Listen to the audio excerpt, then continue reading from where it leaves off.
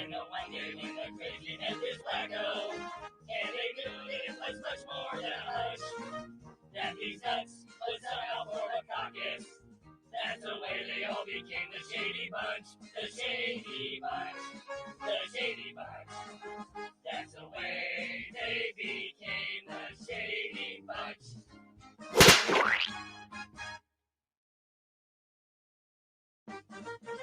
Here's a story of a crazy lady who was raising up three very crazy girls. All of them were psychopaths, like the others. The dumbest one still trolls. Here's the story of a man named Shady who was busy with 3 nut jobs of his own. They were all nuts, living all together, but they were not alone.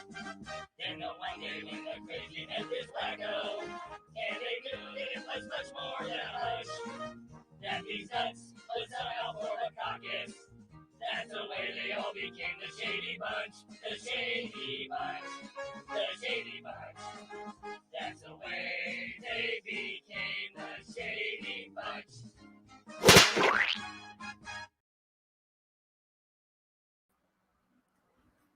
Good morning. How's everybody going today? That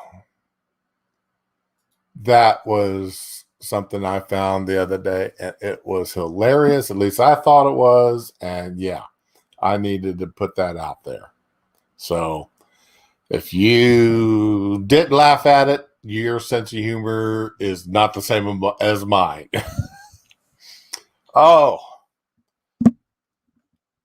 There's been some interesting developments here past couple of days. And I need to start this off here first, okay? We've had some people quit, evidently. No show, no calls. And therefore, starting Tuesday night, well, actually, it's going to start this coming Friday, but I'm going on to 12 to 14-hour shifts overnight, working at best 7 to 7, at worst 5 to 7. And so other than maybe next Friday, well, this Friday we'll still have our stream tomorrow as usual. Next Friday's stream, next Tuesdays, Wednesdays, Thursdays, and Friday streams are very questionable. Because if I'm getting home at 7:30, quarter till 8 in the morning, and got to be back up at 3 to get ready to go back into work by 5, then there's not going to be time for me to do a stream next week. Real life has hit, and my boss, the boss isn't happy that I'm not going to be able to do my streaming because he knows how much I enjoy it. But that's just the way it is. There's when people just don't show up to work. And you can't train somebody in one day to do a night audit program and everything involved with doing night audits, then you're pretty much screwed over. So I'm taking the short end of this bite. I'm taking the bite of the short end of this stick. Anyway, that's the bad news for the day. That's the worst news for the day, at least for right now. Who knows what else is still going to happen? The day is young, so to speak. Let's see here. Let's take a look at a story, something relative to a story that I covered yesterday. And Monkey got a hold of it, but after I shared it out, and he covered on it, and I want to cover a little bit more. yesterday we talked about the professor who quit out in Portland, and we went through his resignation letter. And I'm still impressed with the resignation letter, as was brought up by other people. It's a shame that he got so much pressure put on him simply because his opinion and the way he teaches doesn't fall, isn't left-wing enough, isn't inductive and doctoratorial, I guess, I hope that's a word, enough. Doesn't, force the kids to think a certain way. It isn't melting their minds to that far left-wing, progressive, lunatic way of thought. And that, he's doing the, let's do some critical thinking. Let's listen to other opinions. Be respectful when other people are giving out their opinions, even if you disagree with them. Yeah, of course, there's always, and, let's bring in people whose opinions are different from our own. And let's take a look at this and see what they've got to say. And be respectful. Actually listen. Engage in conversation. Not yelling and screaming matches and throwing names at each other and throwing chairs or knives or whatever at people. And, he's a dying breed of professor there. But it is what it is, and that's what happened. So, we'll take Fire released this letter yesterday, and I don't know if it was in response to the professor's resignation or if it was a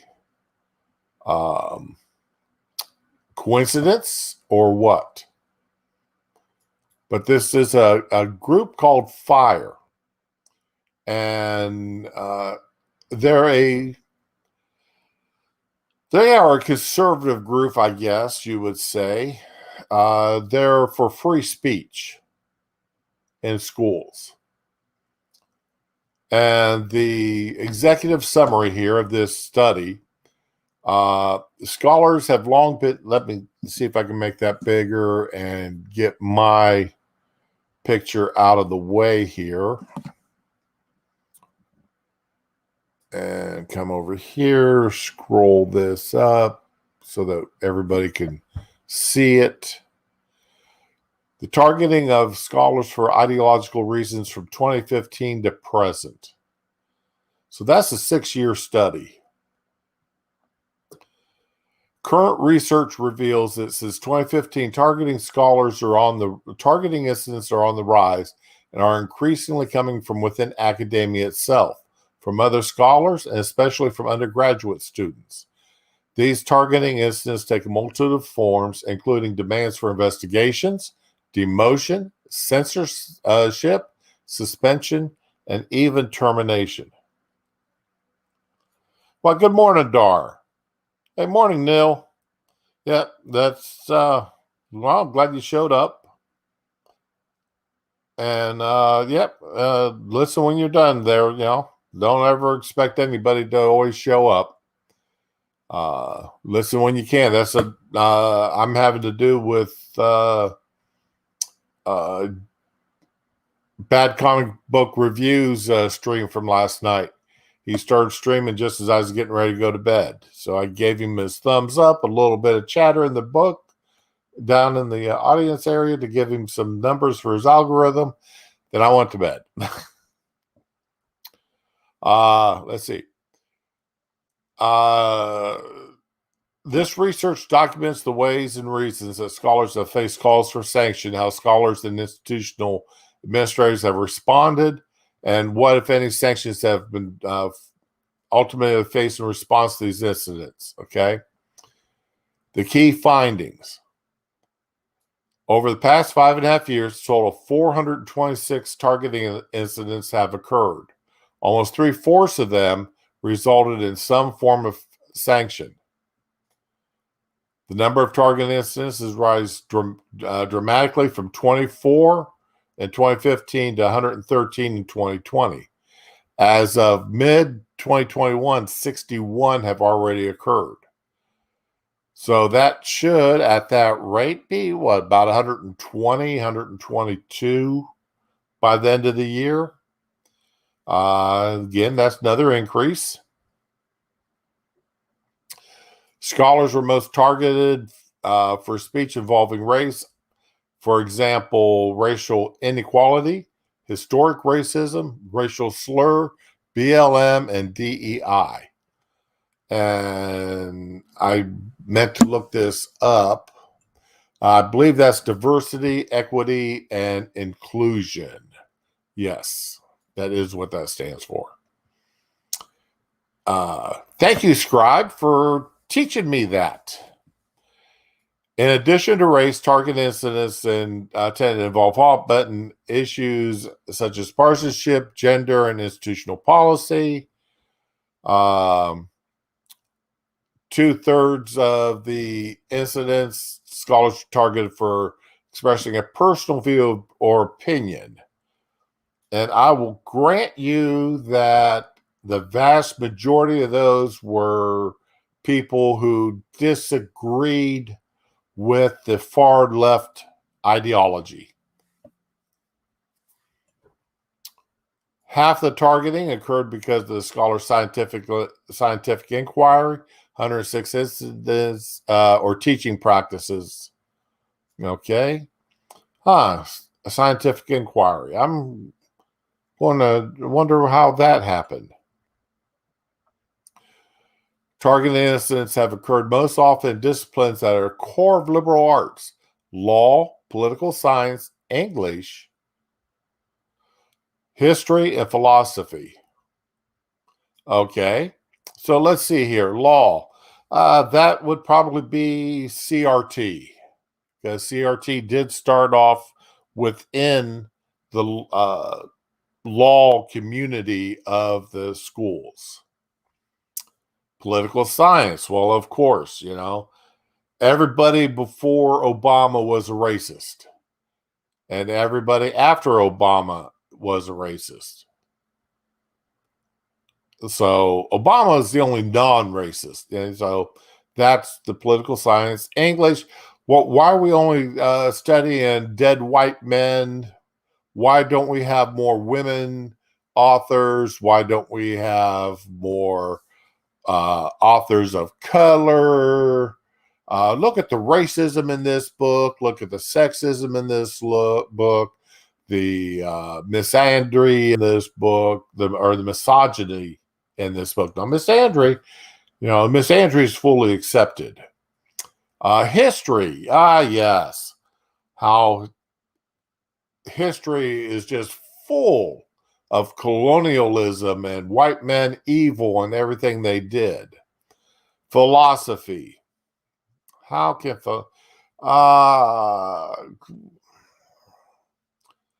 it's the white man's, because it's Greek.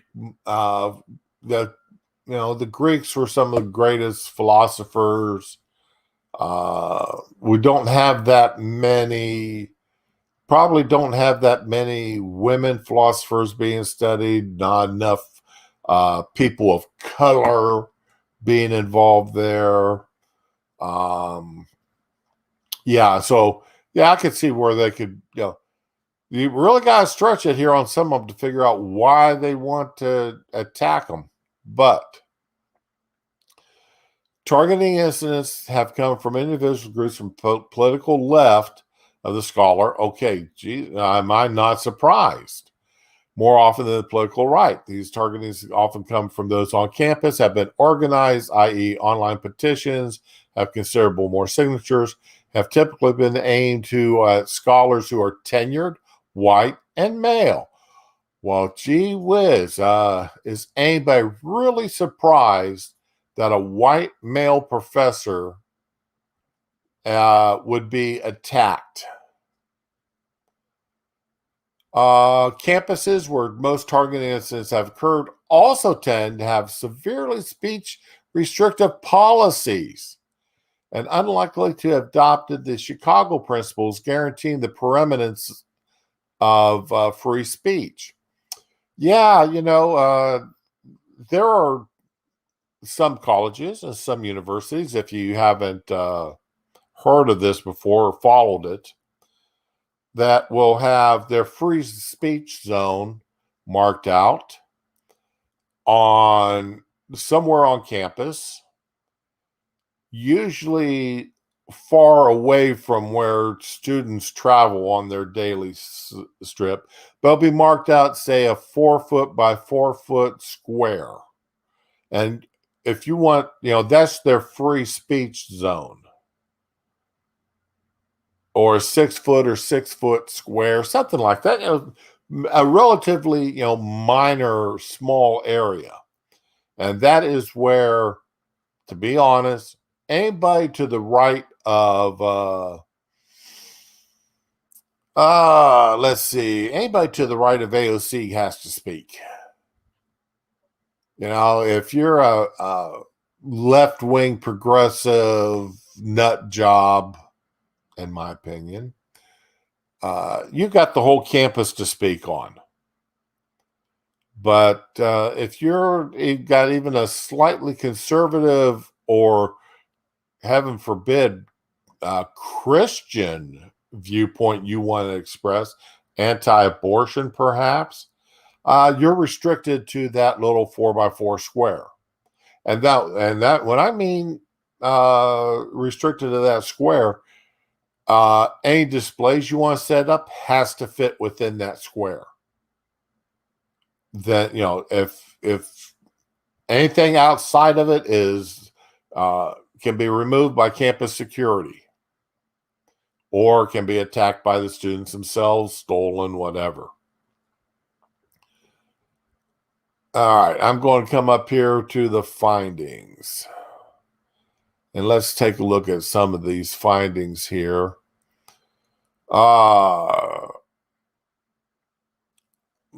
Key findings.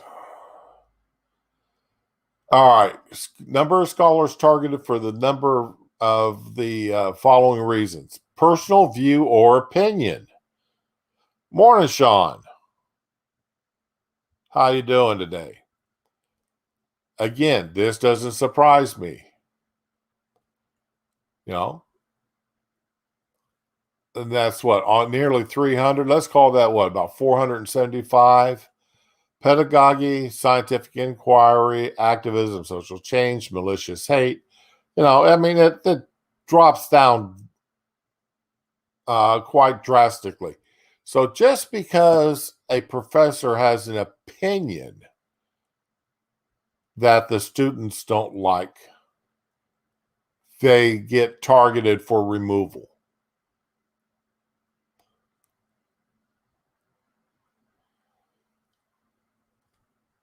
Okay, scholars who are most often targeted come from disciplines that discuss and debate what it means to live in a free and open society, namely law, political science, English, history, and philosophy. Okay, let's see here. Business and health professions, engineering, fewer than 10 targeting incidents. Okay, well, let's see here. Business, well, that's capitalism, so these left-wingers aren't going to be going into business. Health professions. That's a mostly female, going into health professions. But then personal opinions don't get brought up much except when discussing maybe abortion. But, a lot of discussions may occur on you know, how health is practiced in the United States. So that one is, I'm kind of surprised a little bit at the health professions being on the low end.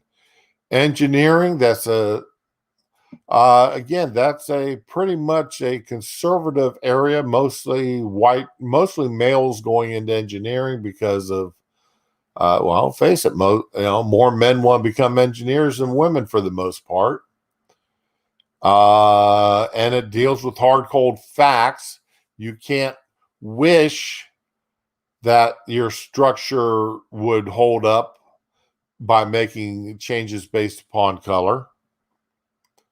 It's either it's designed properly or it's not. All right. Let's see here. The most common context for targeted expressions were social media. Wow, 27%. So what the professor said on Twitter or Facebook was over 25%. Was over a quarter of the incidents. Wow. In the classroom, that doesn't surprise me. And direct interactions, okay, that doesn't surprise me either. The professor said something in class or what to the student's face that they didn't like. All right. Syllabi or course descriptions, direct introduction means students communicating with specific. All right. Yep.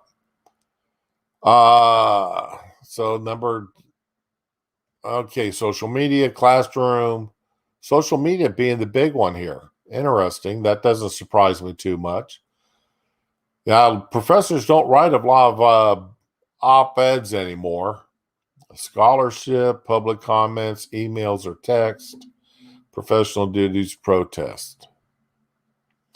Not many professors go out to protest in support of conservative causes, mostly because there's not a lot of protests in support of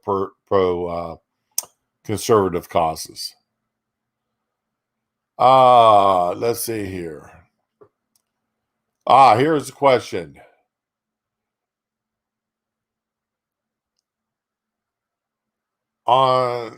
Okay, 85% white male, 70%. Okay.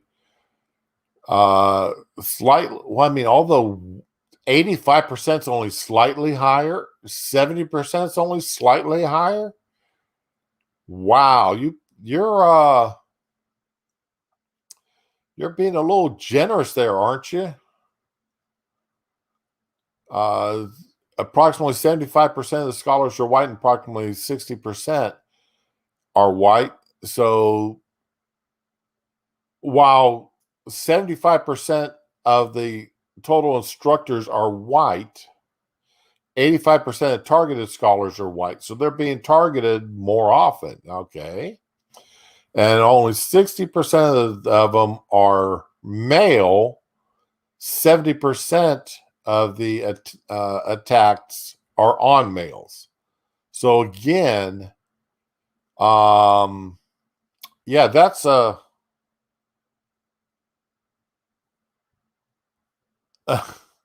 you listen to Tree also there, Sean. Yep. Tree would hurt some people. I think she used to be a cop. Let's see here. So let's keep going down, see what else. Top 3 sources of targeting from the left and the right. From the left. Okay. Politicians attack from the right. Okay. The administrations from the right. Okay, here's the dividing line here. So undergraduates, scholars, and graduate students, mostly undergraduates, are the ones attacking from the left. The general public, administration, and politicians are the ones attacking from the right. Okay. That makes sense. I'm surprised, though, that more politicians, that there's not more left-wing politicians involved here in the attacks.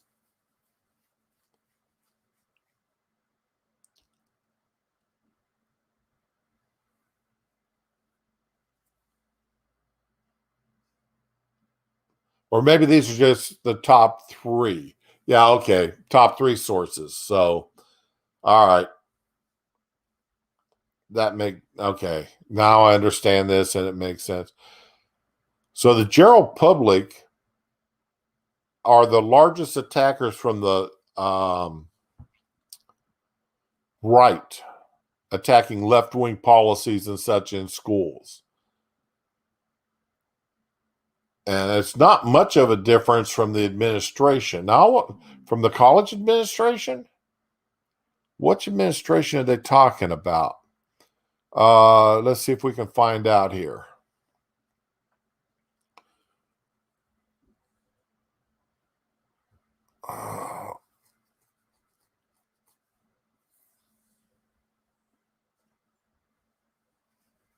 Oh, wow.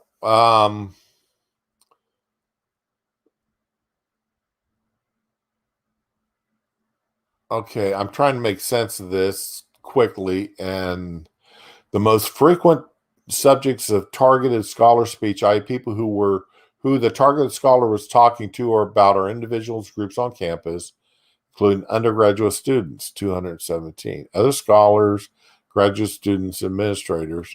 Well, with regard to racial, black people by far the most common subject of expression, followed by white people, Hispanic, Asian, the native. Women are far more likely to be a subject of expression of incidents than men. Among religious, Jewish were the most common subject, followed by 6 institutions, with the exception of finally 6 institutions which experienced 5 or more targeting incidents of 2015: Stanford, Harvard, Georgetown, and University of California, UCLA with 9, and University of Pennsylvania and Yale.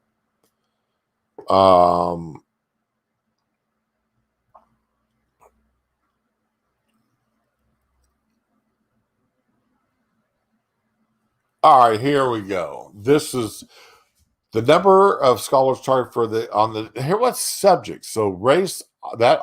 Okay. If I'm not surprised, over 200 incidents thereabouts. Partisanship, institutional policy, law enforcement, abortion's way down. Terrorism's Second Amendment, court trials, foreign affairs, social. I'm surprised economic isn't higher. I'm surprised elections, sexuality, religion. I'm surprised sexuality isn't higher.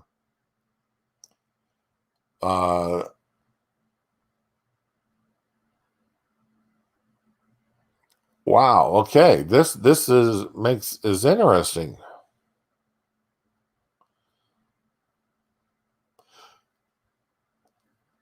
Oh wow, Sean! I didn't realize that. Oh, morning, Ghost Dog. Morning, Mr. Costin. How you doing today? Yeah, that was an interesting graph I saw yesterday there that I asked you about on Canadian parties. That one that's nearly doubled their approval ratings there.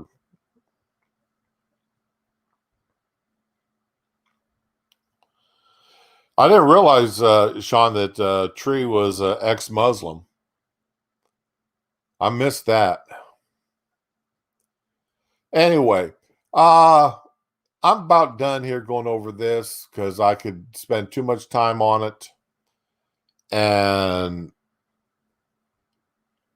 I will post the link to that right now.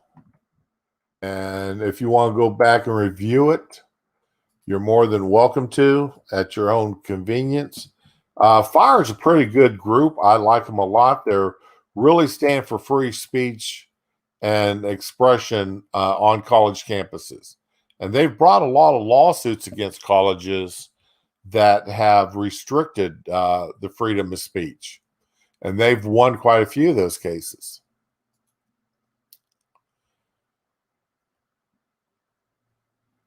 Okay.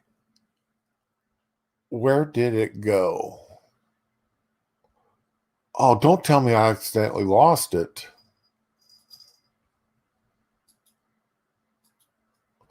Oh, no. Oh, no, no, no, no, no. All right, I've got to find this. Give me just there was a video I wanted to show you. And on Japan, what's going to be Japan's next great export. And it was only a 40-some second video.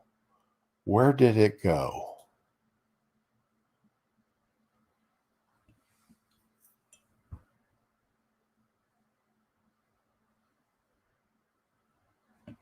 Oh, I am so angry. I am so sorry, guys. I can't believe I lost this. Oh, this bothers me. Where?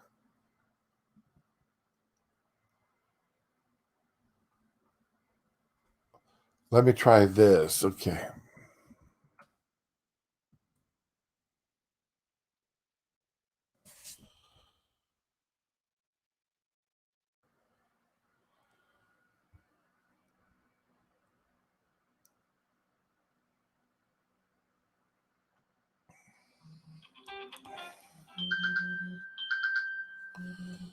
Oh no.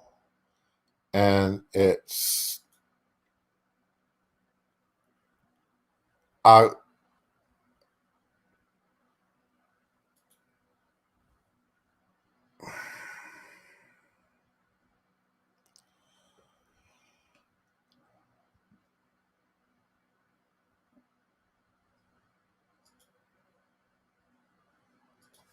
no. Okay, let me try this one more time. If I can't find it now, then I'll just have to talk about it without the video.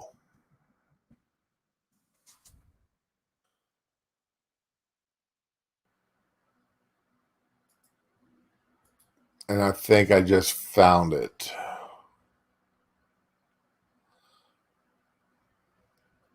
Well, this isn't the exact video, but it's close enough. Okay. This is close enough to it.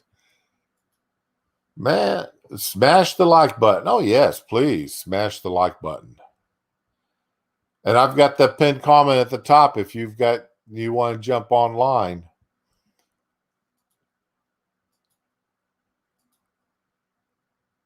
Okay.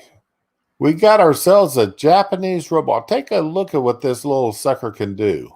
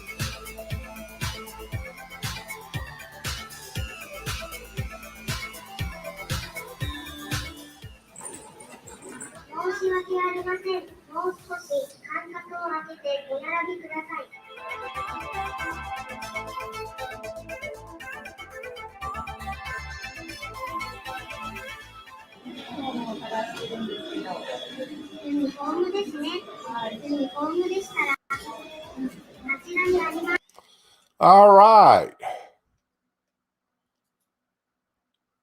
This is the future.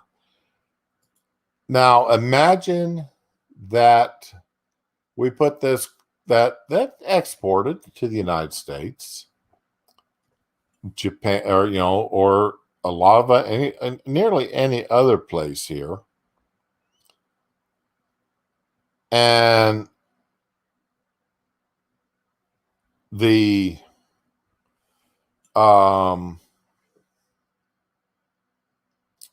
instead of just asking you politely to put on your mask or to stop standing so close together, it actually, takes your picture and you've got your enough identifying whatever. And next thing you know, you're getting a ticket through the mail. Or, the human cops show up, and next thing you know, you're getting arrested. Yeah. Depending on where you put them, Dar, you're right. But this is really creepy. And, remember in the movie Minority Report, they had those robots that came around the public areas at the malls and such?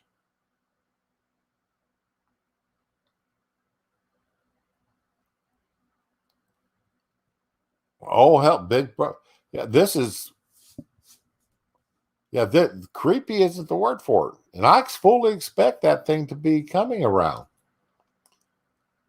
This is not something I'm looking forward to seeing. But it is on its way. So I can delete that and close that file.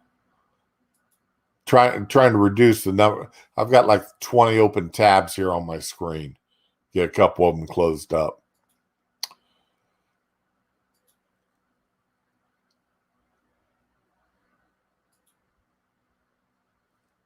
Now, Larry Elder, he is running in California to replace Newsom as part of this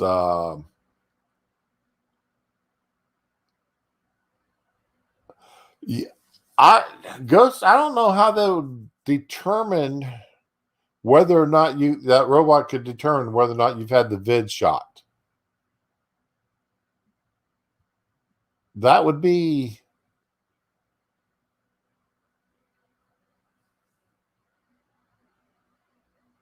that if you've had geez, that'd be scary. Well, I could see it somebody trying to come up with a way for that. Oh, well, the original movie, okay, the movie with Arnold Schwarzenegger where he goes to Mars. And he has that big thing in his nose. It's supposed to be a virtual dream, but it turns out it was real. Vacation. Oh, I can't remember the name of that movie. They remade it, and the remake of it actually sucked so badly that it collapsed. Let's see. Okay, Arnold Schwarzenegger Mars movie. Total Recall. Okay. And if you'll remember in the beginning of that movie, they're yep, thank you, Goat. Yep. Okay, y'all got it while I was trying to do a search on it. Okay. In the beginning of that movie, they were walking out to get on mass transit, subway bus or something like that, a subway train.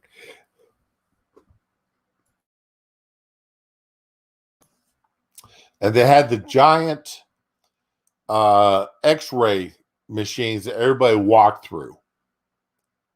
And that was looking for guns or bombs or whatever. Remember that? I could imagine them coming up with something like that for entering theaters or grocery stores, football, ball stadiums, any other place where you got a lot of people that would set off an alarm if you hadn't had the jab.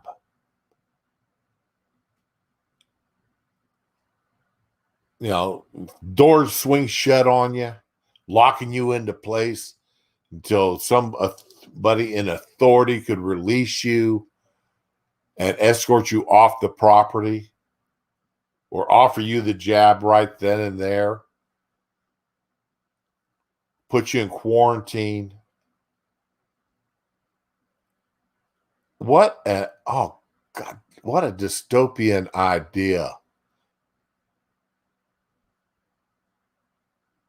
I'm going to have to remember that idea because that'd go good in a book.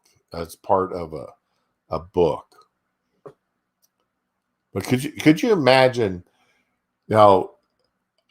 every shot you ever get in your life having a marker, a permanent chemical marker that's left on you or in your body, a radioactive isotope or something, that when you went through a security screener, like when you go leave Walmart, they've got them two little bars right there that more emasculations that would detect if you've shoplifted certain items because they got the little security tag on them. And if the security tag's not red or otherwise neutralized, they start going off. Well, imagine that your immunization shots, your vaccines, all had a little marker put that left a permanent radioisotope or something in your body, that as you were entering into public areas, it would detect whether or not you had that.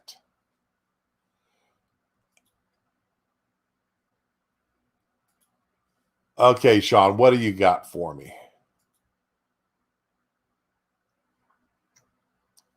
What do you have for me here? Let's see.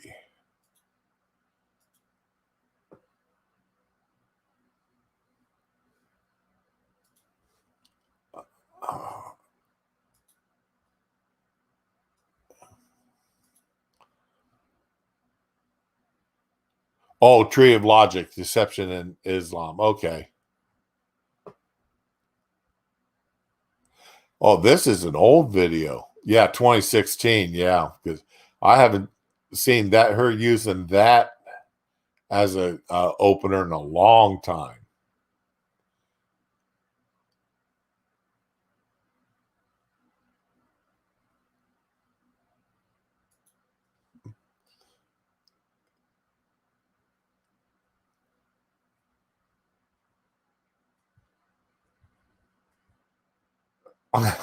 Use euphemisms. So yeah, you'd have to create a new branch of the government, new paramilitary or a new police department that would be responsible for that, and an offshoot of the health department or an armed unit within the health department that would be involved with that. Yeah, I could, but that'd be scary to even think about that happening.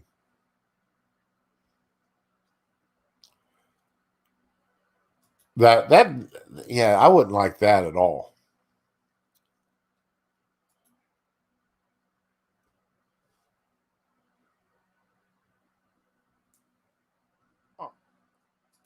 Okay, and where's this? Okay, here we go.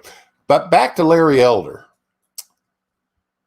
the Department of Public Safety. Now you got to come up with a better name than Public Safety, Dar. Something, uh, um, something more innocent sounding that would be more accepted by the people, be less intimidating sounding. Uh, uh,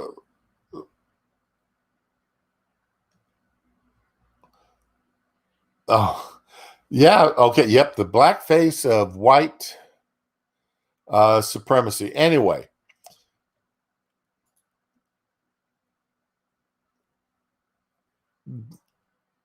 okay, public welfare and happiness. Okay, that sounds all right. Now we're getting there. Now you're getting there.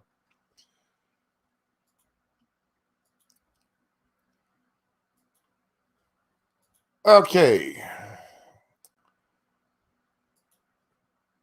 Larry Elder here. This is him. This isn't a great video. So, but he is leaving someplace, going to go get in his car. And he's as we see here, he's walking down the street.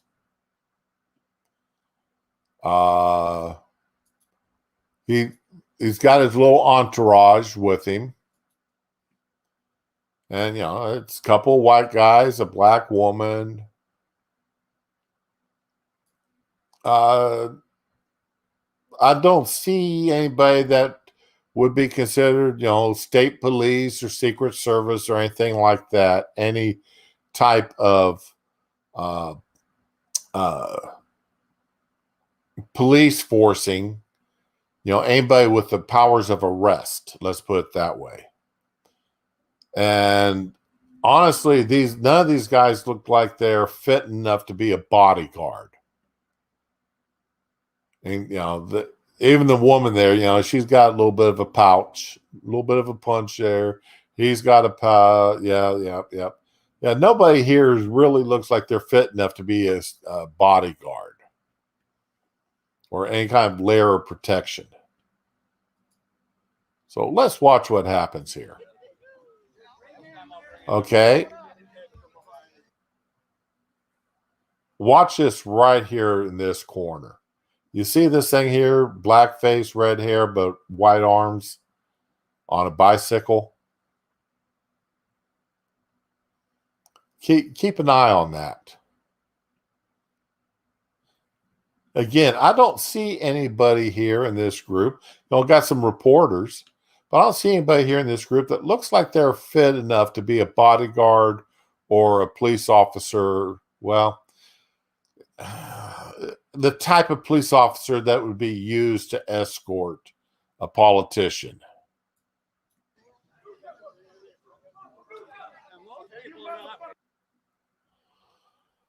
Oh, she just threw something at him. You see that?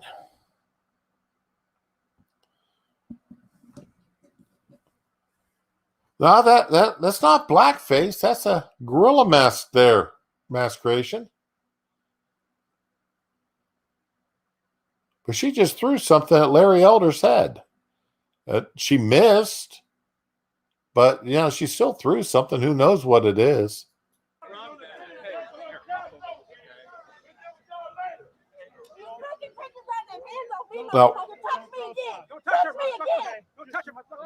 Well, whoa. She just took a swing at him. Touch me again. Don't touch him. I'll pop him in another fucking nose. I'll fuck you up.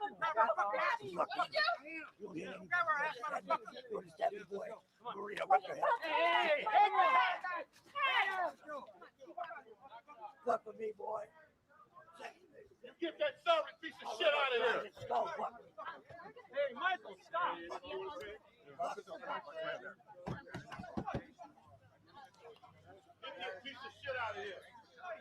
Now imagine any other black politician, especially one on the left, being attacked that way.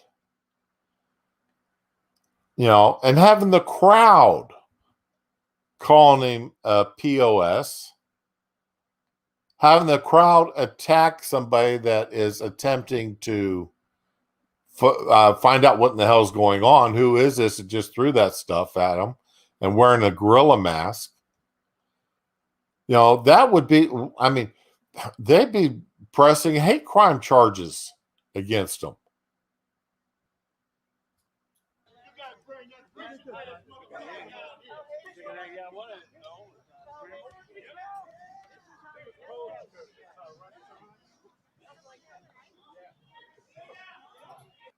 And this has gotten, this is the only place I've seen this is on Twitter. This is the only place I've seen this is on Twitter. He's just walking, and there she is throwing stuff at him, wearing a gorilla mask.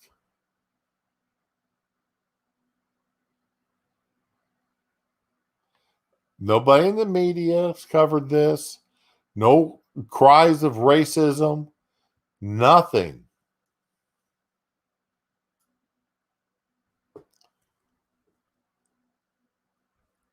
Isn't that a real shocker?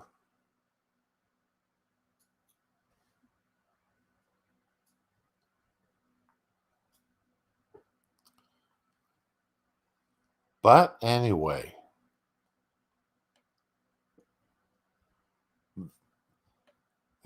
a white woman wearing a gorilla mask attacking a black man. Oh, hey, Dar. Hey, how's it going? It's going. Good morning to you. Good. Same to you. How'd you like that gorilla mask attack? Yeah, a gorilla with pink hair. We see that all the time, don't we? In nature. Yes, in nature. That wasn't some weird white liberal lady. That was just a natural occurrence. God. Oh, hey, I need to shoot you something for tomorrow. I want you to see before we do tomorrow's stream. Okay. All right. You did catch what's happening to me next week, right? I'm not sure. All right. We had we've gotten at least one person that just up and quit. No notice, no nothing. Just stopped showing up to work. Well, that's not good. And because of that, we think there's a second one also, because she's also failed to show up to work one day. This other girl says failed to show up 2 days in a row. Wow. All right. So because of this, my schedule next week is I will be working minimum 7 to 7, if not 5 to 7. Okay. That's PM to AM. Wow. All right. And that is a 13-day stretch that will be going on. So the streams will be limited at that time. There will be no streams starting Tuesday. Yeah, I heard that. All right. If I get home at 7:30, quarter to 8 in the morning, and I got to get back up by 3 in order to get to work by 5, or get up at 5 to be back to work by 7. And I'm not exactly going to have time. No, I get that. So that's fine. And my boss goes, well, we were talking about it last night, and he goes, well, just go ahead and stream from here at night. You can stream at night from here if you want to. I'm like, yeah, right. And the first time I got to discuss business with the customer and my mic and I forget to shut off my mic. Yeah, they get my name, they get my employment area. Yeah, that's not real good. If I wanted to keep you from getting a bunch of nasty email or something from people who don't like what I got to say. Yeah, a lot of people just don't get it. But so let's go back to the Larry Elder situation. Oh, yeah, okay. Just for a second. Sure. Because so the whole thing with what Larry Elder had just this whole thing, he had just given a talk, and some people had showed up to his talk. Then what he was going to do was walk the 3 blocks down to Venice Beach to take in the whole homeless situation there. And so those people walking with him were campaign staff, campaign helpers, Right. not security. And on his way doing this 3-block walk is when all these liberals showed up to protest, and things, as you could see from the video, got out of hand fairly quickly. So that's that situation. I blame the whole thing on the media, because the media has been putting, out these articles about the blackface of white supremacy and blah, blah, blah, and all that. It's got all these people riled up against Larry Elder, even though they don't know him, don't know what he stands for, none of that. They just see the media and say, I need to be riled up against this guy. They don't understand why they're riled up, but they just are riled up because that's what the media has told them to. So like a bunch of lemmings, they follow along. The person in the gorilla mask has obviously no self-awareness whatsoever, because obviously, so and it takes me back to a stream with Colin Noir. I don't know if you're familiar with him or not. Yeah. I'm very familiar with Coleon. Yeah, he's like the greatest. I've been back when before he even passed the bar. Yeah, I watched his videos. I believe he was still in law school when I started watching his videos. Wow. Yeah, so I was watching a stream with Colin Noir, and he was with another gentleman, a rapper. I believe he was a rapper, or he just might have, but of course, and they're both African American, right? And they're on this stream, and both of them said the only time that I've experienced racism was when I was in a room full of white liberals. Yeah. And I'm like, oh, holy crap. See, that needs to get out, because, for somebody as prominent as Coleon Noir to say that it's pretty telling. It's pretty damning indictment. Well, see, first of all, that won't get out because, one, Coleon Noir, he supports guns. He supports the Second Amendment. All right. He is not representative of the left. He's not a left winger. No. So, he's a minority within a minority, according to the mass media. Yeah. And, from what we see on the news and everything else, so he doesn't count. What he says and does doesn't count, because, he's not truly a member of that minority. He's a wrong thinker. He's what they consider skin folk, not kin folk. So he doesn't matter. What happens to him is, it's not even worth discussing. Yeah. Because it goes against the narrative. It goes against what we want to portray, our own sense of victimhood. Right. And he likes guns. I tell you what, the way he talks about guns is creepy sometimes. Sometimes it is a little, yeah. Sometimes it is a little bit, but not. He gets a little creepy. It's like, my God, is he taking that gun home and masturbating over it or something? I don't get that vibe, but he is well enamored, and see, but this comes part of that comes from his background. At first, he wasn't a gun guy, and he was intimidated by guns and all that kind of thing. Right. It wasn't until the first time somebody took him to the range and he shot a gun for the first time that he's like, oh my God, this feeling, it's amazing. You know, the feeling of power that's in your hands, and that's something, when you go to a gun range, you feel that. Yep. No matter how many times you shoot that gun, you get that smell of the cordite, you get that recoil, you see the hole appear in your target.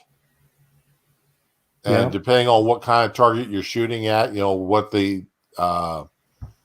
like when I used to shoot at gallon jugs or quart jugs filled with water. Yep. Watching that plastic jug blow out. Yeah, so much fun. Right. And you sit there and then especially if you get one at just the right angle where it starts spinning. Oh yeah. Okay. All that's the fun stuff when it comes to shooting guns. Okay. The ultimate everything that makes my dick hard is a woman, therefore guns are women. I like that comment. But go ahead. No, go for it. No, I was going to say, if we're going to start going down memory lane about guns, first time I shot a gun, I was like 12 years old.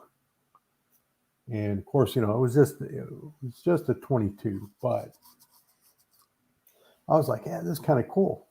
And then my neighbor, who is a real gun enthusiast, took me out and let me shoot his 50 caliber black powder gun. Oh, wow. Morning, Ryan. How you doing? And, when you go from a 22 to that's, it's kind of like, you had to pull back, do the whole black powder thing and all that. And I was just like, oh, but it was very exciting. And of course, I've been, shooting ever since. I had quite a few years off from that when I was, being in the military. They don't let you shoot very often. Well, I got my first gun. I remember shooting when I was 6 years old. Wow. I grew up on a working farm. My dad shot everything from pistols to rifles to shotguns. He did. Besides hunting for food on the table, he also shot clay pigeons. Nice. So, yeah, I grew up around guns. I got my first 22 when I was 6. Got my first shotgun when I was 10. Got my first rifle, other than 22, my first rifle when I was 12. Yeah, so something besides the 22. Yeah, no, I was given a 22 for a 12th birthday present. So, and then I got my son, I gave him his first BB gun when he was 6 and his first 22 pistol when he was 6. And I'd take him to the gun range with me. Yep. And he had a little Remington 22 pistol that he shot, 22A. Yeah. And he would take it out, and he was doing playing card size groupings at 25 feet. Nice. when he was 7 years old. I know adults who can't do that. Yeah, so do I. And he would be now he goes out, him and his wife go deer hunting, and he uses he's got 2 rifles. He's got a 30-30 and a 30-06 that he uses for deer hunting. I gave him the 30-30. It's a Marlin lever action. Of course, yeah, the best 30-30 ever. And I wish I could have afforded giving him the one I wanted to give him, but a Yeah, I get it. $1,500 lever action versus a $700 lever action. Yeah, but there's nothing wrong with those Marlins. I mean, No, Marlin's a good solid rifle, but I really wanted to get him a Henry. well, yeah, I want a Henry. I wanted to get him a Henry with the octagon barrel. Yeah. There you go. That's just, to me, that's just if you want a show off rifle that works and is a good rifle to use, that's the rifle you have. Yeah. Most definitely. The Marlin is a workhorse because, growing up, most all my uncles and my granddad and everybody else, when we go hunting for hunting season, almost everybody had those lever action Marlins. That's what, Right. that's just, because they fit really, really nice. It's really easy to get a scabbard for your saddle to put those in, and it fits really nicely in there. Yeah, I'd like to get a saddle gun just to keep in the house because they are a shorter barreled shorter. rifle. Yeah, that's what Henrys are good for that because they're a little shorter. But I mean, there's a lot of guns I'd like to get just to keep in the house. Like I'd like to get a Judge or a Defender and keep it loaded with 410. Yeah. I'd like to get what is it? Mare's leg. Yeah, there you go. Like to get a mare's leg. I mean, you can tell what show I watched to even know what a mare's leg is. Yeah. There's only a certain amount of people in this group that's even going to get that. So even going to get that reference. Yeah. And, you have to be of a certain age. Yeah. Steve, to catch Steve McQueen with that mare's leg was, that was something. And then what was it which one was it that the Chet Connors carried in the Rifleman? I used to know that one. I was thinking it was it the model? Was it model 76 or? Yeah, it may have been, but Chet. But that was, I mean, that's what got us of a certain age hooked on. Those two shows got us hooked on the lever action guns. Yeah. Okay. Yeah, most definitely. And let's see here. It's a Winchester 92. Yep, 92. There you go. All right. The loop levered 92. Yeah. Okay. So that was another gun that is like, if I was to ever get a gun, have guns just to have on display that were usable, working guns, I'd have the mare's leg up there, and I'd have that Winchester 92 up there. Oh, most definitely. Those would be my pride and joy show-off guns. But they're both working, solid guns to use. Yes, they are. Very good. Sean, a sawed-off barreled shotgun with pistol grips. That's what I'd rather use a Judge or a Defender. Because I'm still using a 410, and it's a little easier to control the recoil than it is, say, a 12 gauge or even a 20 gauge shotgun with a pistol grip barrel, with pistol grip on it, no shoulder. So shoulder stock. Yep. I'm not young. I'm not young enough anymore to handle that kind of power without having something up there against my shoulder to brace it with. Yeah, I'm the same way. My son, when he wanted his first gun. He wanted a 12 gauge shotgun. Nothing wrong with that. So that's what we got. We got the shorter barrel home defense Winchester shotgun for him. He absolutely loves it. And then for his last birthday, I got him a Kimber 1911. I'm not a fan of 1911s. You know, a I lot know of people aren't. that's sacrilege. I know, No, it's not. but that in the gun community, if you don't like 1911s, if you don't drool over them, if you don't worship them, you're an outcast. Yeah. So let's talk about the 1911 a little bit then. All right. Because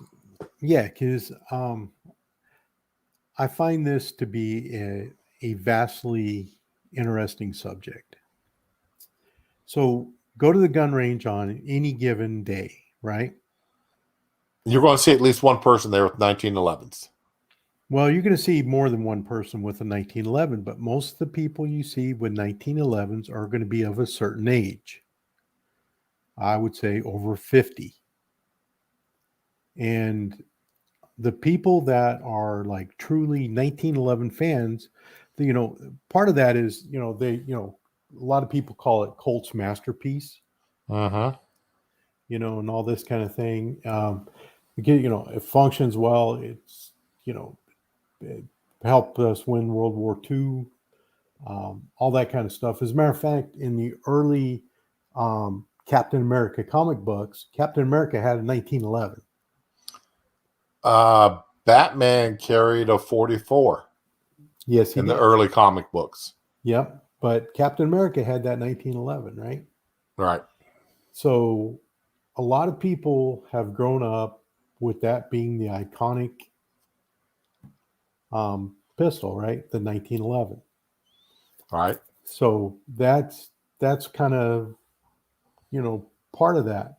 Now, when you go to the gun range, right, you see a certain age group that all have 1911s, and you see a certain age group that all have the 9mm striker fires, the more modern 9mm,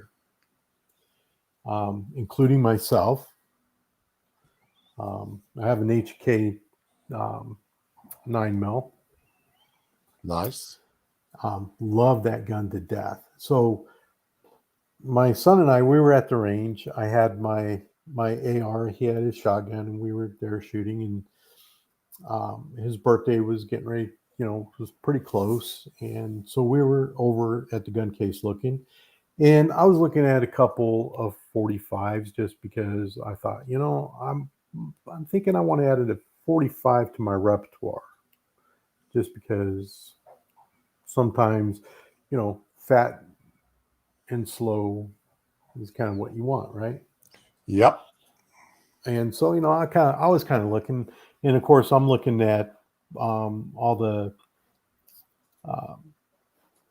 like the HK 45 and some of the things like that. And my son saw that Kimber 1911, and he goes, "Hey, let me see that." He picks up, he holds it in his hand and everything. He goes, "Dad, I got to have this."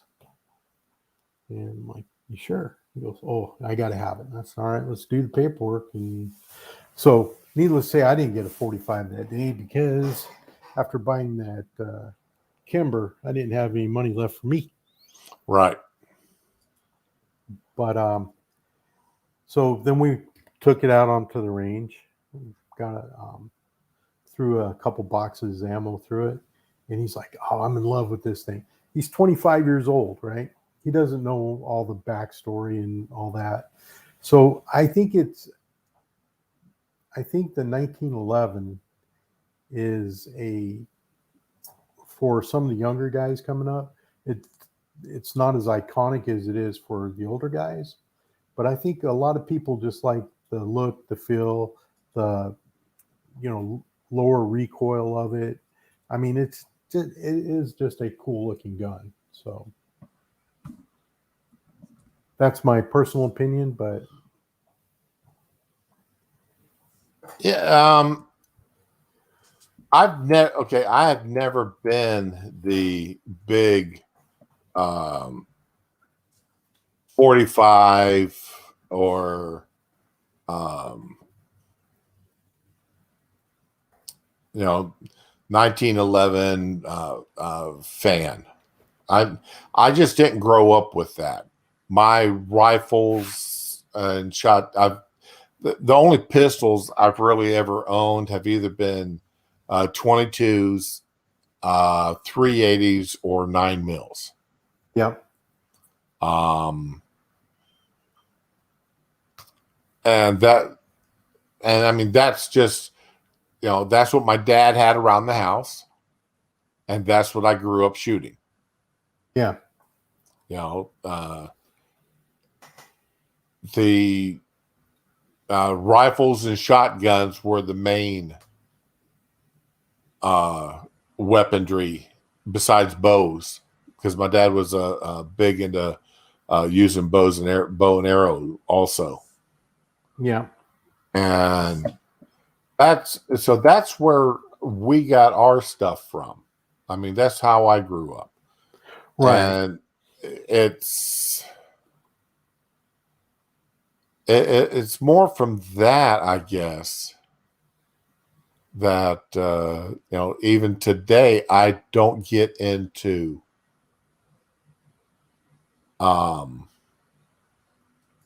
the 45 and other rifles pistols, Right. using that. Well, I grew up only with revolvers. Okay. I never saw personally held, fired, or saw a 1911 till I joined the military. That was the first time I'd ever seen it. I fired lots of different calibers, 44 Magnum revolvers, just all sorts of different calibers. My personal, because I grew up on a cattle ranch out in the middle of nowhere in Colorado, and we all carried 22s, with 2 snake shot and 3 regular bullets in it, because coyotes and rattlesnakes were our big issue out there. So I've never even seen a lot of these guns until recently, and I'm still a huge revolver fan. I love revolvers. I think they're the coolest guns ever. But it's not practical for EDC to have a revolver. Now, I used to have, when I first got here to Florida, I had a Dan Wesson 357 with an 8-inch match barrel on it. Nice. And I take that thing. Now, that was a fun gun to take to the range and shoot. Oh, yeah. Especially shooting filled water jugs or milk jugs. Yep. Or I'd go out to the wooded area and shoot. And I actually had a cop pull back up on his motorcycle one time, and I'd ridden up in my bike, and I'd never seen a motorcycle cop down here in where I lived before until this guy pulled in, and he sat there and he put about he used a couple of chambers full of ammunition shooting that 357, because he'd never shot one with a 8-inch barrel on it before. The only drawback to that revolver, and this is something that why I would never carry it as something like an EDC, was if you fired off a full set, and if you did 2 sets back to back fairly quickly, it got so hot you couldn't extract your casings. Yeah, I can. And it's like, all right, so this is good for 12 rounds and that's it. Yep. because then you gotta let it cool down to shoot it again. Yeah, that would definitely be a drawback. But I mean, I love the gun. In fact, when I got married, my wife, when we got married, could not stand guns. Yeah. And if I accidentally left the gun sitting on the bed, she would sleep on the couch. If I went to work and had the gun sitting on the bed, on my side of the bed, she would sleep on the couch until I got home. She wouldn't pick the gun up and even to put it on my dresser. And so I eventually got rid of it. And I'm really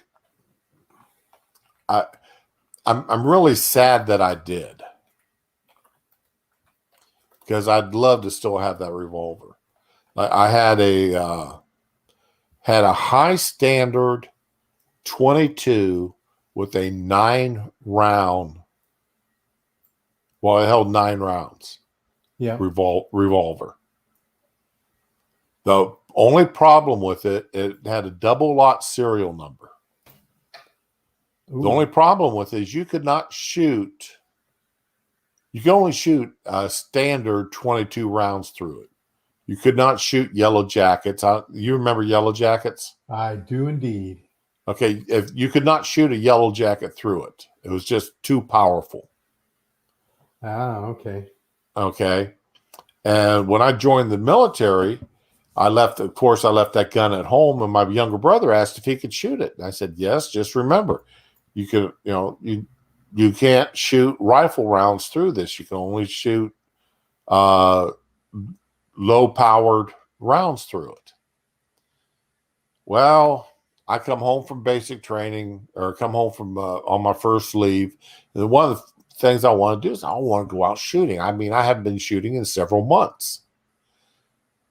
So I go up in the gun box there and pull out my, my casing that I got this 22 in, unzip it, and pop it open, because I'm going to clean it before I go shooting. And the cylinder is cracked. Ooh. He shot yellow jackets through it. Yes, he did, man. And cracked the cylinder. And I could not get a replacement cylinder for it. And of course, you can't fix a cracked cylinder. Yeah. I was so mad. You have to replace that cylinder. I couldn't find a replacement. Probably not. And a lot of those older guns, that's big issues finding replacement parts. So I don't even know where the gun is anymore, because I just zipped the bag back up, put it back in the cabinet, and forgot about it. I went looking for it when my dad died, thinking, well, maybe it's still around here somewhere, but it was long gone. But man, I really cried. I didn't cry, but I warned you not to shoot that damn yellow jackets through that gun. You was going to ruin it. Yeah. But the round it fit in there. I should have been able to shoot it. Just because it fits doesn't mean you can shoot it. But it happened, and there's nothing you can do about it after that. Yeah, that's a fact. Did you? Okay, let's see here.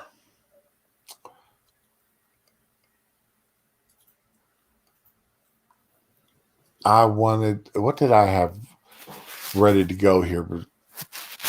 You're asking me like I know. Yeah. Well, yeah, we've sort of switched subjects here. Yeah, we did. We got off. Okay, which is no. Oh, what, Neil? You got a car 45 for EDC?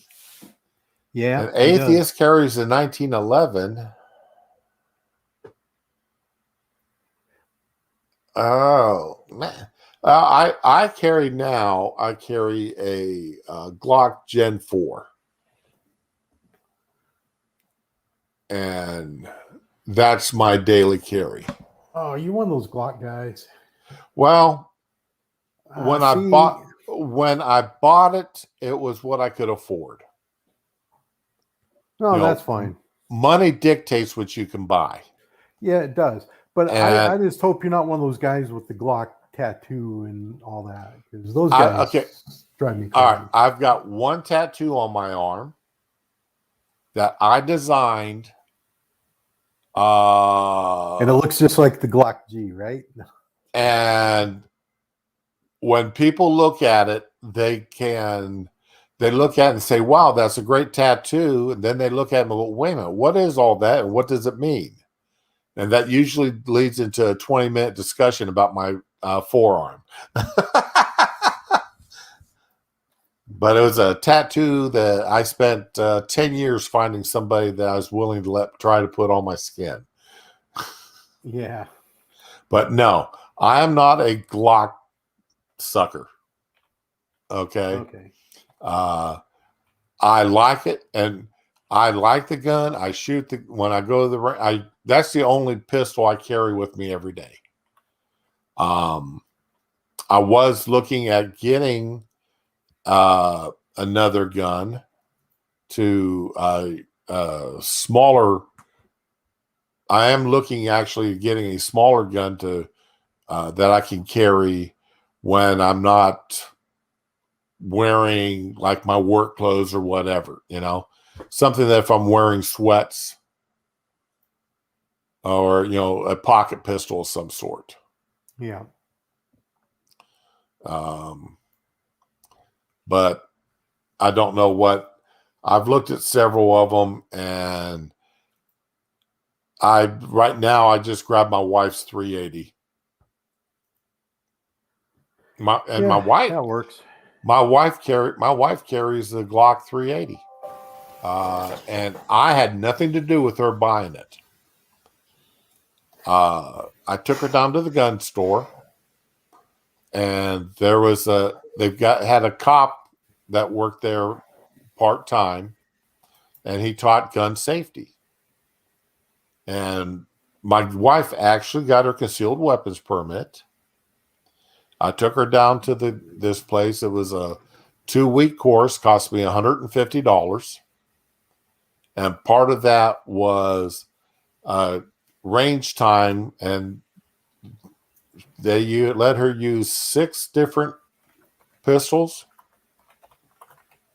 And when she got to shoot like 100 rounds through each one. And then she picked out which one she wanted to carry. And she picked the Glock 380. So, like I said, I had nothing to do with it. The only thing I had to do besides that was I put in the green laser sight. Yeah. That replaces the recoil rod. Yep. So it's an internal laser. Mm-hmm. That way there's nothing there for her to knock about. Yeah. I don't like external that's a good lasers. Idea. No, you know what? Yeah, no, neither. Well, I'm gonna. Okay, so we're talking about our wife's picking 380s, right? Right. Oh, your wife got one too? She's got 2 of them. Okay. So the first one, we went to our range up in Virginia, and we did that, multi-gun experience, right? Right. Where you can shoot multiple guns, and we did, and she shot all these different ones. And every time we got to the Glock, she goes, "I hate that thing." She hated it. So I'm like, all right, fine. So we narrowed it. So for her first 380, we ended up with the Smith & Wesson Shield 380. Okay, that's a nice little 380. Yep, the EZ, right? Yeah. Because it was real easy for her to rack and manipulate. And so recently in our new place in Florida, the range we go to is in an area of, let's say, more seasoned individuals. Right. So we got a lot of seasoned people out in the range. And so we did the whole 380 experience again. And she shot this whole range of 380s. I mean, they had a selection like you wouldn't believe. So we get to firing. And again, got to the Glock, and she absolutely hated it. Did not want anything to do with it. And she ended up with the Ruger LCP 380. That's another nice little gun. I dig it. I love fire. I love shooting that thing. It's so much fun. I think that was my wife's second choice. Yeah. If I remember correctly, that was her second choice as far as guns that she liked. But I mean, yeah, I went ahead and put the green laser dot on my gun too. Definitely green over red as far as I'm concerned. It's easier to see that green dot during the daylight than it is the red dot. All day long. My red dot is actually a green dot because it's so much easier to see than the red. Right. Yeah, I totally agree. Right. That's one thing I always get a kick out of in watching movies is they show all these red dots in bright daylight. Yeah, like that's going to happen. Like, you're not, they're great for nighttime or dusk, but full daylight, 12 o'clock noon, you're not going to see those red dots. Yep. So, but that's the trope that we got to live with when we watch the movies or the TV shows. That's what everybody thinks of when you tell them you got that little red dot thing, huh? No, I got green. Yeah. No. So there's a lot of movies and TV shows my wife will not allow me to watch with her because I have way too many comments about things like that. Apparently she thinks that's not a good thing. I'm that way with it when it comes to the news. Anything that is trying to be real, represent things as factual. Yeah. Then that's me. But if it's fictional, I may sit there and laugh at something, start laughing at what I see. That snorky, oh God, you gotta be kidding me type laugh. But I don't make comments during it. No, I do. I can't help myself. It's like trying to watch JAG or NCIS.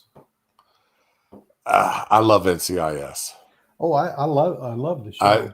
I quit. I missed the last season of it. The last episode I saw was Pauline Perrette's last episode. Yep. And that I quit watching it. And shortly thereafter. It's not that I quit watching it. It's just since I worked second shift, I couldn't watch it on CBS when it actually aired. And they don't do the replay thing. Yeah. And so CBS always did the following week. After the next week's show, they would show the previous week. They would stream it. Yeah. Well, then they went to where you had their streaming service that you had to pay for. Right. You have to pay to watch it. And it's like, you got to be kidding me. And so that's the reason why that was the last. You know why they shot her last episode that way with how she said goodbye to Gibbs? No.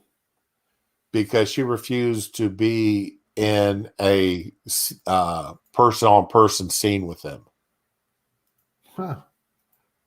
Evidently, Mark Harmon brought his dog out to the set a couple of times, and it bit one of the crewmen.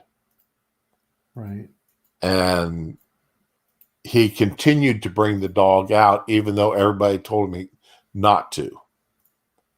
And he got rather, he was a senior producer on the show as well as the star, quote unquote, star of the show.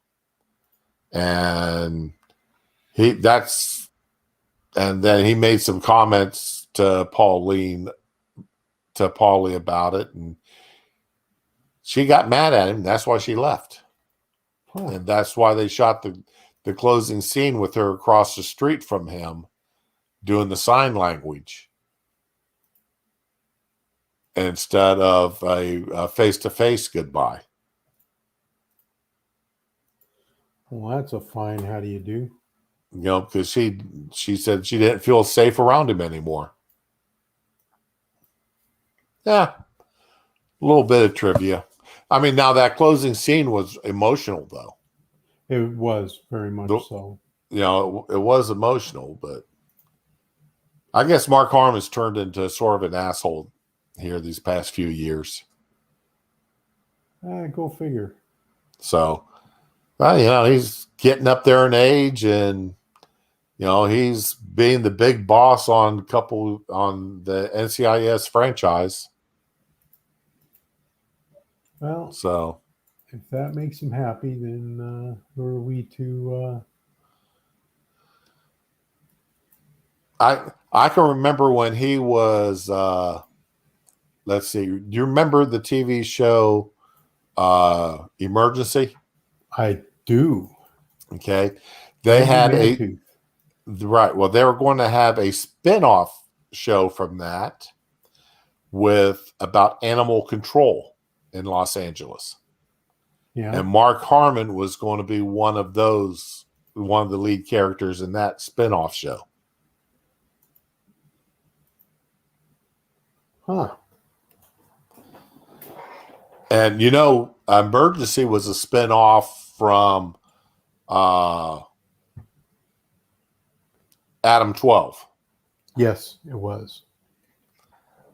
So they were going to have a spin-off from a spin-off. Well, there's a lot of shows like that out there that are spin-offs from spin-offs. But yeah, like right now, now here's another piece of trivia for you. Okay, dealing with these older shows like that. I am currently listening to the 308 episodes of the Dragnet radio show. Oh, yeah. Which, of course, was the prelude to the Dragnet TV show. Right? Jack Webb and Henry Morgan were in both. Yeah. Jack Webb kept his role as Joe Friday from the radio show into the television show. And Henry Morgan brought his character from that show into the TV show. And Henry Morgan was not the original partner to Jack Webb. Right. On the radio show. Some guy with a Texas accent was. But anyway, yeah. I love listening to these old radio shows. I went through all the Shadow. Then I'm going, now I'm doing Dragnet. And I'm going to do, I think I'm going to do the Superman radio shows after that. So that's going to carry me through quite a bit of I'll keep you busy for a while of listening. All right, let's see here. Atheist. My wife only likes shooting the 22 long rifle. 17 what rifles? That would be the 17 Super Mag. I am not familiar with that one. And it likes his 22 Mosquito. I am not familiar with the 17 Super Mag. What is a 17 Super Mag? That is. Let me see if I can pull up a picture for you.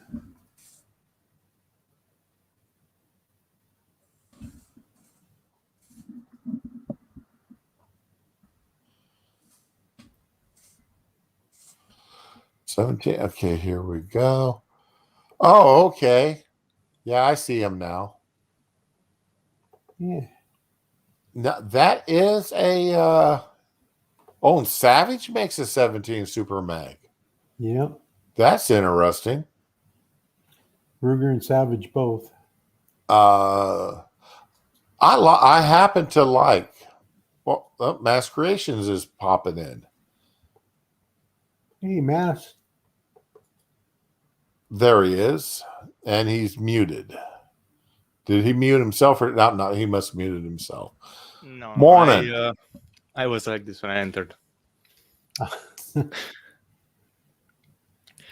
Just came here to turn the talk into a panel.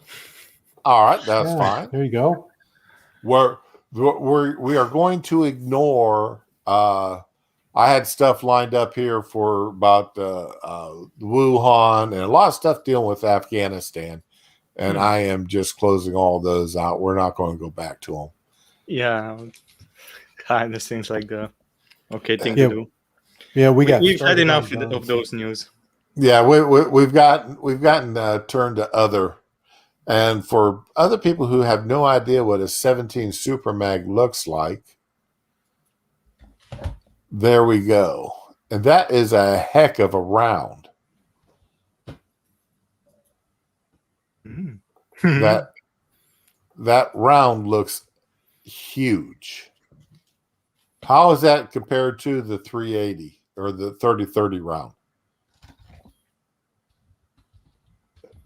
Is it about the same size, bigger? Well, it's a .17 round. Oh, okay, 0.17. Okay, so that's going to be actually about the 223 then. Yeah. A little bit it's smaller than the 223. Okay.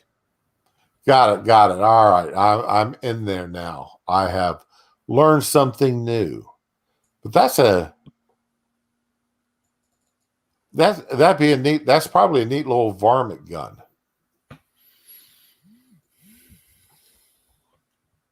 Yeah, that'd be a nice little probably rabbit hunting. Yeah. So Atheist Icon says that it's a neck down 22 Magnum. So basically it's a 22 Magnum for all intents and purposes. But it's neck down a little bit because it's smaller in diameter than a 22. Right. But has more powder. $20 for 50 rounds. That's not a bad price. No, I'd take that in a heartbeat. Yeah, and buy 380 ammo. I'm down to my last 1,000 rounds of 380 and 9mm. Yeah.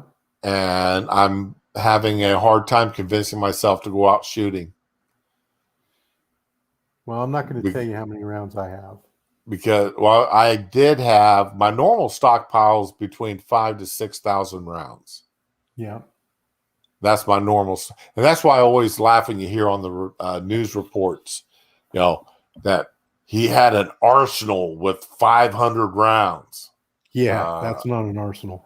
Excuse me, but that's a day at the gun range. That's child play. Yeah.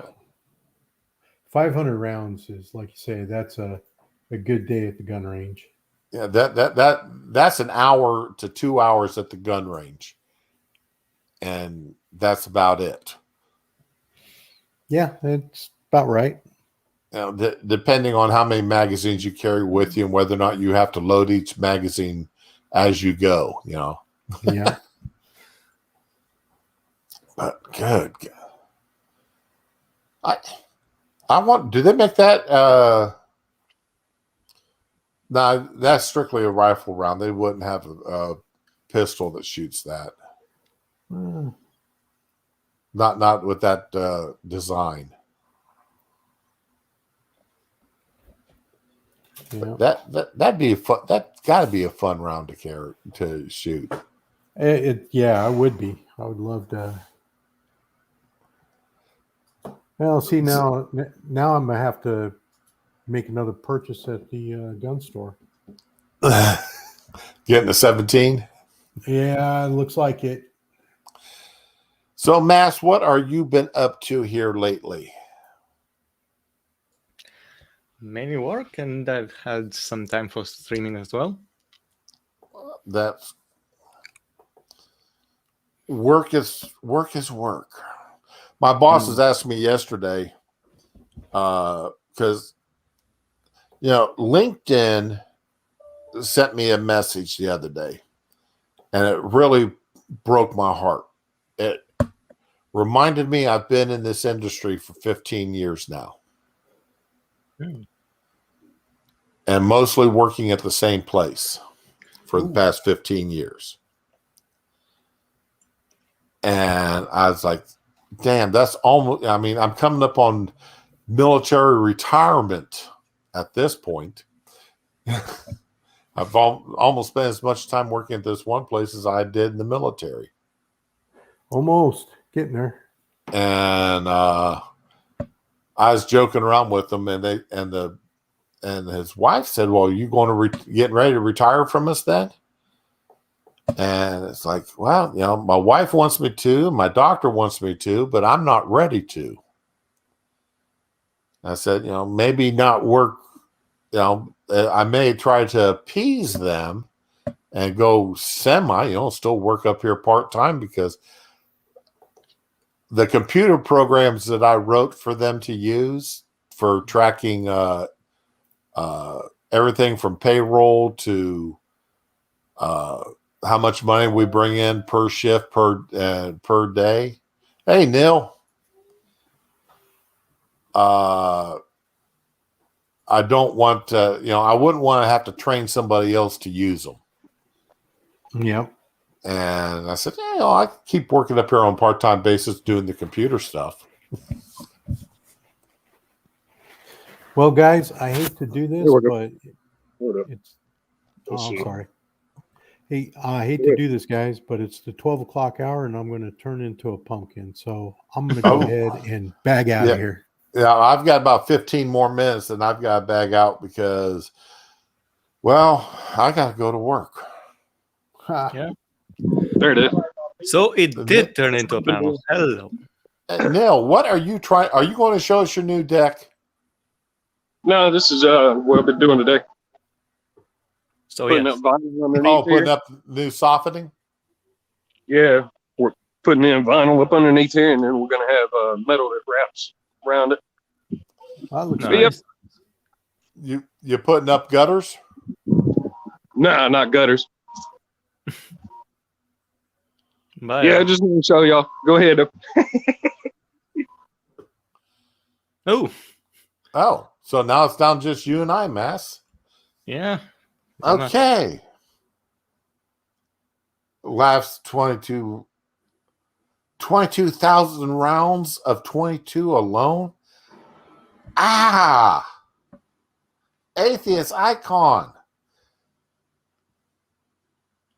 I don't mind having a few thousand rounds, but 22,000 rounds? That's a day at the shooting range.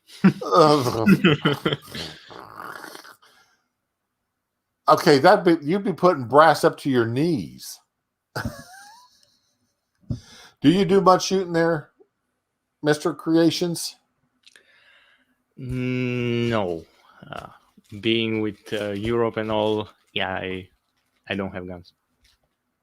Well, see, certain parts of Europe are more liberal with their gun laws than other parts. That's why when I was in Germany, there was a local farmer that I got to know that had quite the collection of firearms and bullets.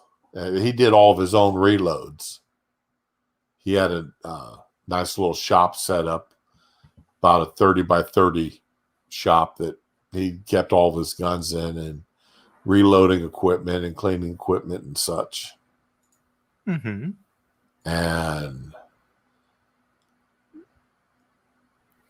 you know, while I know Germany, I think he was the only German I knew that had that many guns and shot them on a regular basis. I was looking right now on a picture to see on a map what's the gun ownership, and I was like, I would have put the green areas in places where there are more guns, but they don't seem to be. Yeah, they seem to have it in reverse, which is a shame.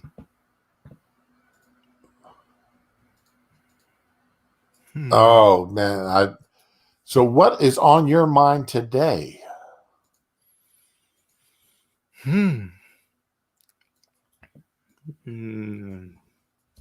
Nothing out of the usual. Just had to get some sore throat medicine because I woke up being all irritated. So that's occupied my mind most of the day. Okay. Like I said, my day is going to be trying to figure out if we're going to what we're going to be doing at work once I get there. I don't know if you heard that we had at least one person just decide to quit coming into work. I don't know if the other person is going to come in or not. And we're planning for, and my boss and his wife have to go out of town next Tuesday, and they'll be gone for about a week. And so that's going to leave maybe two of us to be, run a 24-hour operation. Mm-hmm. And that is not going to be something I'm going to look forward to. I've done it before, but I just wanting to get that means we're going to be hiring again, and if we're hiring again, that means I got to go back into training mode. Okay. And training mode is, these people don't like the way I train for some reason, which is my policy. This is something I picked up when I was in the military. I show you 3 times how to do a job. I supervise you do that job. Over the shoulder supervise you 3 times. Then I have you do the job 3 times with me nearby to answer any questions. And then after that, you're on your own. Okay. And for some reason, some people get upset, you don't have to show me 3 times how to do it. I'm smart. I can catch it the first time. I get that side. It's like, okay, yeah, but there's going to be things that happen, especially when you're dealing with people, customers, and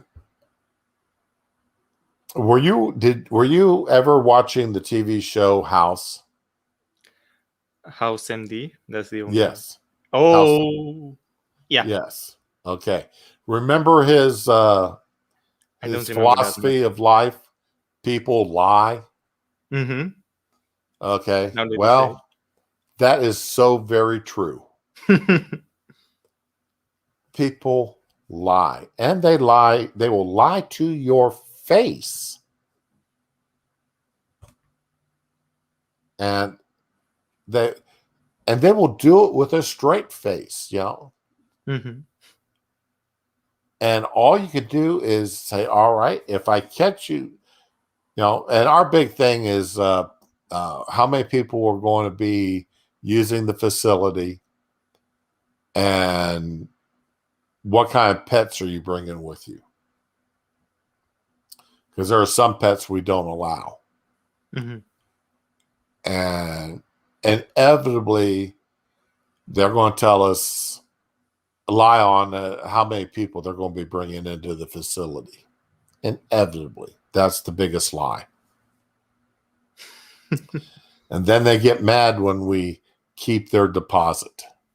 Because we always ask for a cash deposit now. We don't do credit card deposits.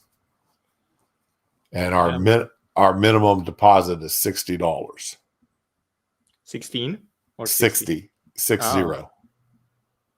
And we will go up to $200 or $300 deposits, Mm-hmm. depending upon the person and their age and other things. Wait, but where do you work? I work in hospitality. Hospitality. Yep. Oh. And, so that's dealing with, hotel rooms and swimming pools, leisure activities and such. Okay. So you also did programming there? Because from earlier the stream, that's why I understood. Well, I wrote programs that we use for tracking the employee hours and day by day, shift by shift income. Oh, okay. Income and expenditures. And I mean, this is just stuff that, off the shelf software, mostly Microsoft Office software, using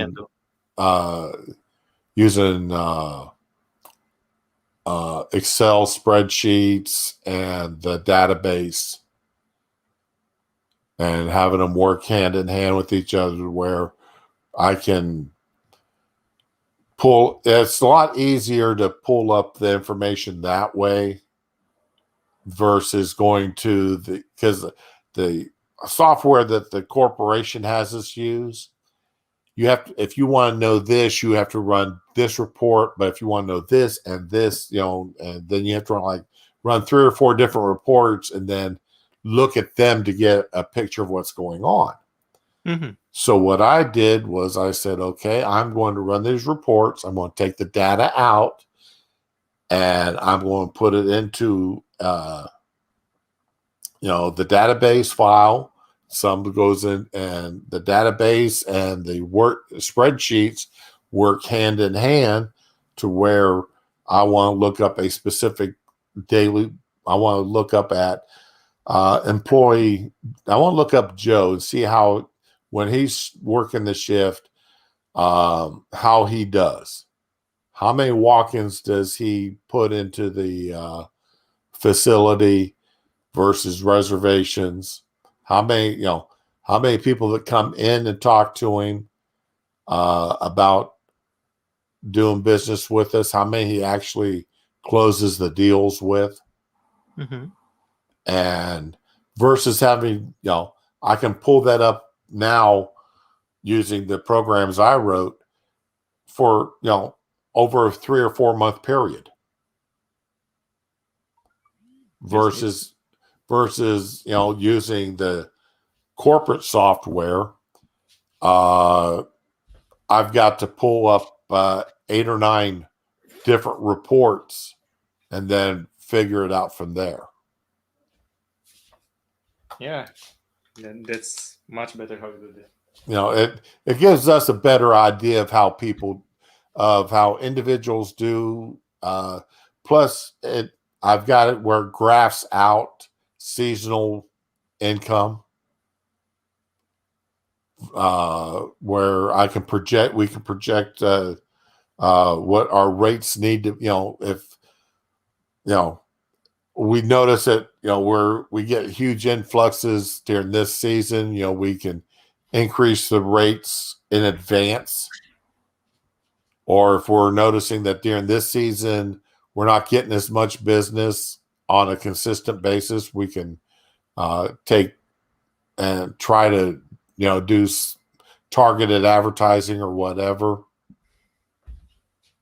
that we need to do to try to boost our income during that time period.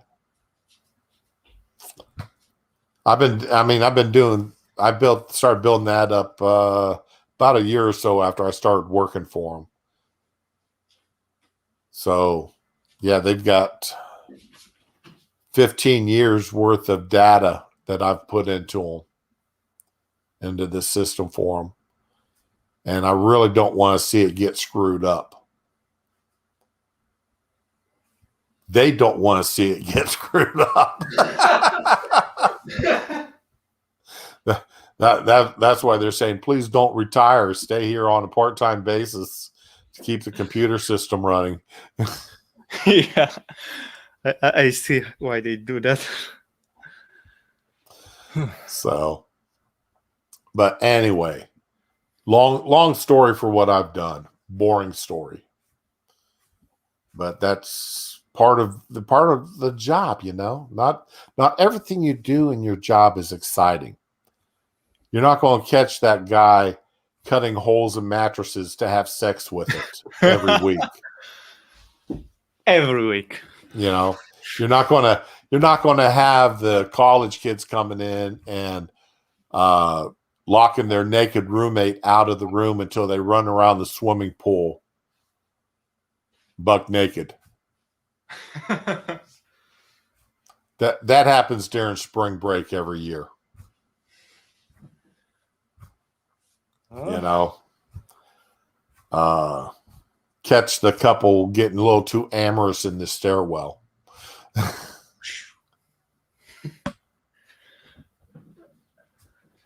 So these people forget we've got security cameras. Yeah. You know, just like how people forget that the barman can hear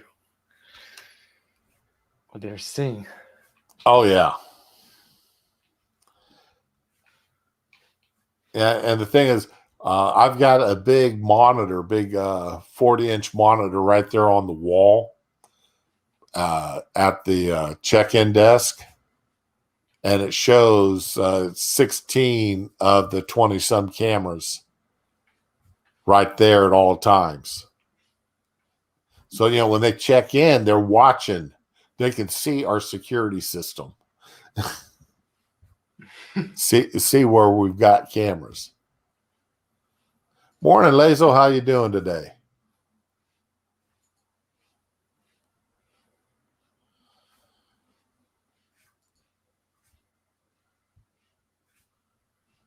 What's this about old guys not hearing sounds?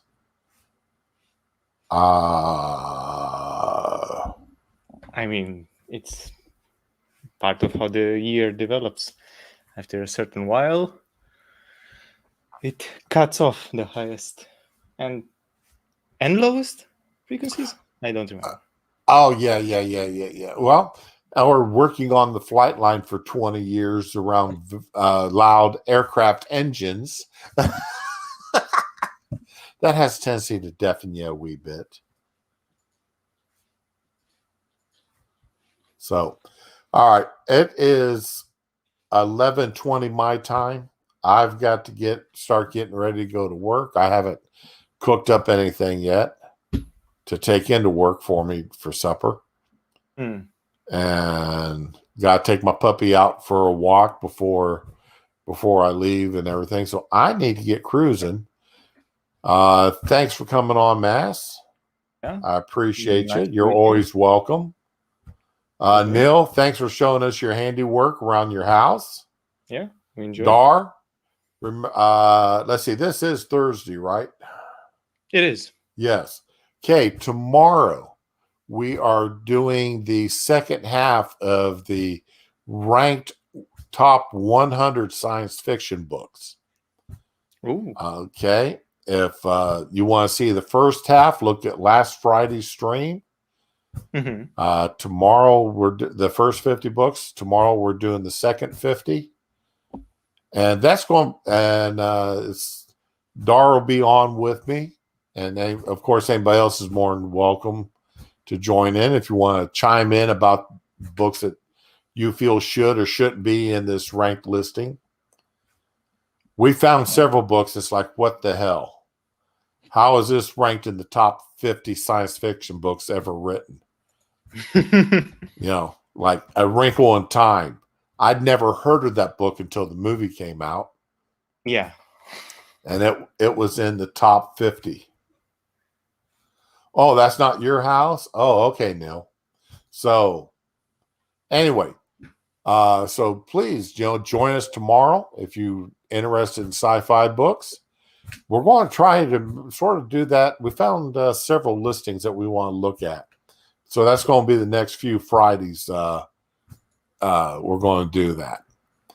But anyway, please join us tomorrow. We're going to have a lot of fun with that. No politics allowed unless the earth blows up. If something earth-shattering happens, Biden starts foaming at the mouth and keels over, or Harris saying something exceedingly stupid, more stupid than what she normally says.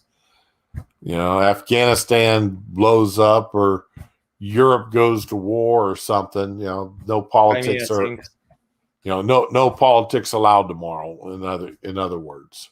Yeah, sure thing. Okay, and please have fun, enjoy yourselves, and as usual, love the ones that you're with, and be with the ones that you love.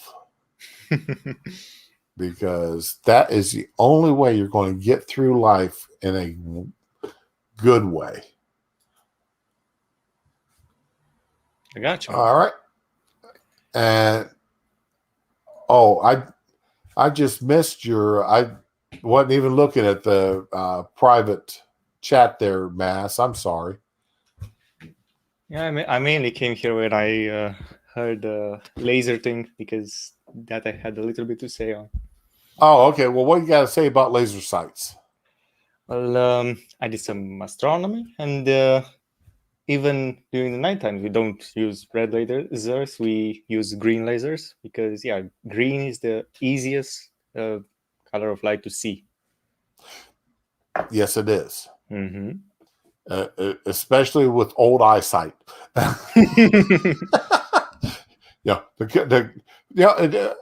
small piece of science here. Women can actually distinguish colors better than men can. All right. There is a reason why women can distinguish colors better than men. Okay. I don't know why. Nah. And Atheist wanted to pop in before we left. What you got going on, Atheist? Oh, hey, you guys can hear me then? Yes. I'm sorry? Yes. Can you guys hear me? Yeah, I was hearing you just fine. Okay, good. No, all right. Well, I just wanted to come in and go, you're old. You couldn't hear me. Damn you. No, I'm joking, by the way. And you're probably about the same age as my father. Now I'm thinking about it. And you guys live in roughly the same area too. I'm kind of 61. scary. I'm 61. I make no bones about it. Oh yeah, my dad just turned 61 too. Oh, okay. It's kind of so. You're still in your 20s. Oh no! I'm about to hit my 40s, man. Ugh. Okay, so your dad got active before I did when they're young. No, my son turns. I think he turns. Yeah, and whenever you're saying the flight line, it's only about 10 years. That's not necessarily a big thing. But anyway, you're saying something about flight line? You're talking about the flight line and all that kind of good stuff, and and I just remember going through a few of them, and you could say yes or no if you've been to them or not, but Schusterberg, yes. Dechiramanu, no, Alamogordo, no, Tyndall, yes, and Cadena. No. Yeah, then you probably know my dad. I was I was at Luke, Bitburg, and Tyndall. What years through Tyndall? I'm only asking as a military guy, dude. I can tell you what years I was at the Air Force Academy. I don't care. 1984 to 1998. Oh, damn. Yeah, you were right there during my time frame, or during my dad's time frame. I was There's a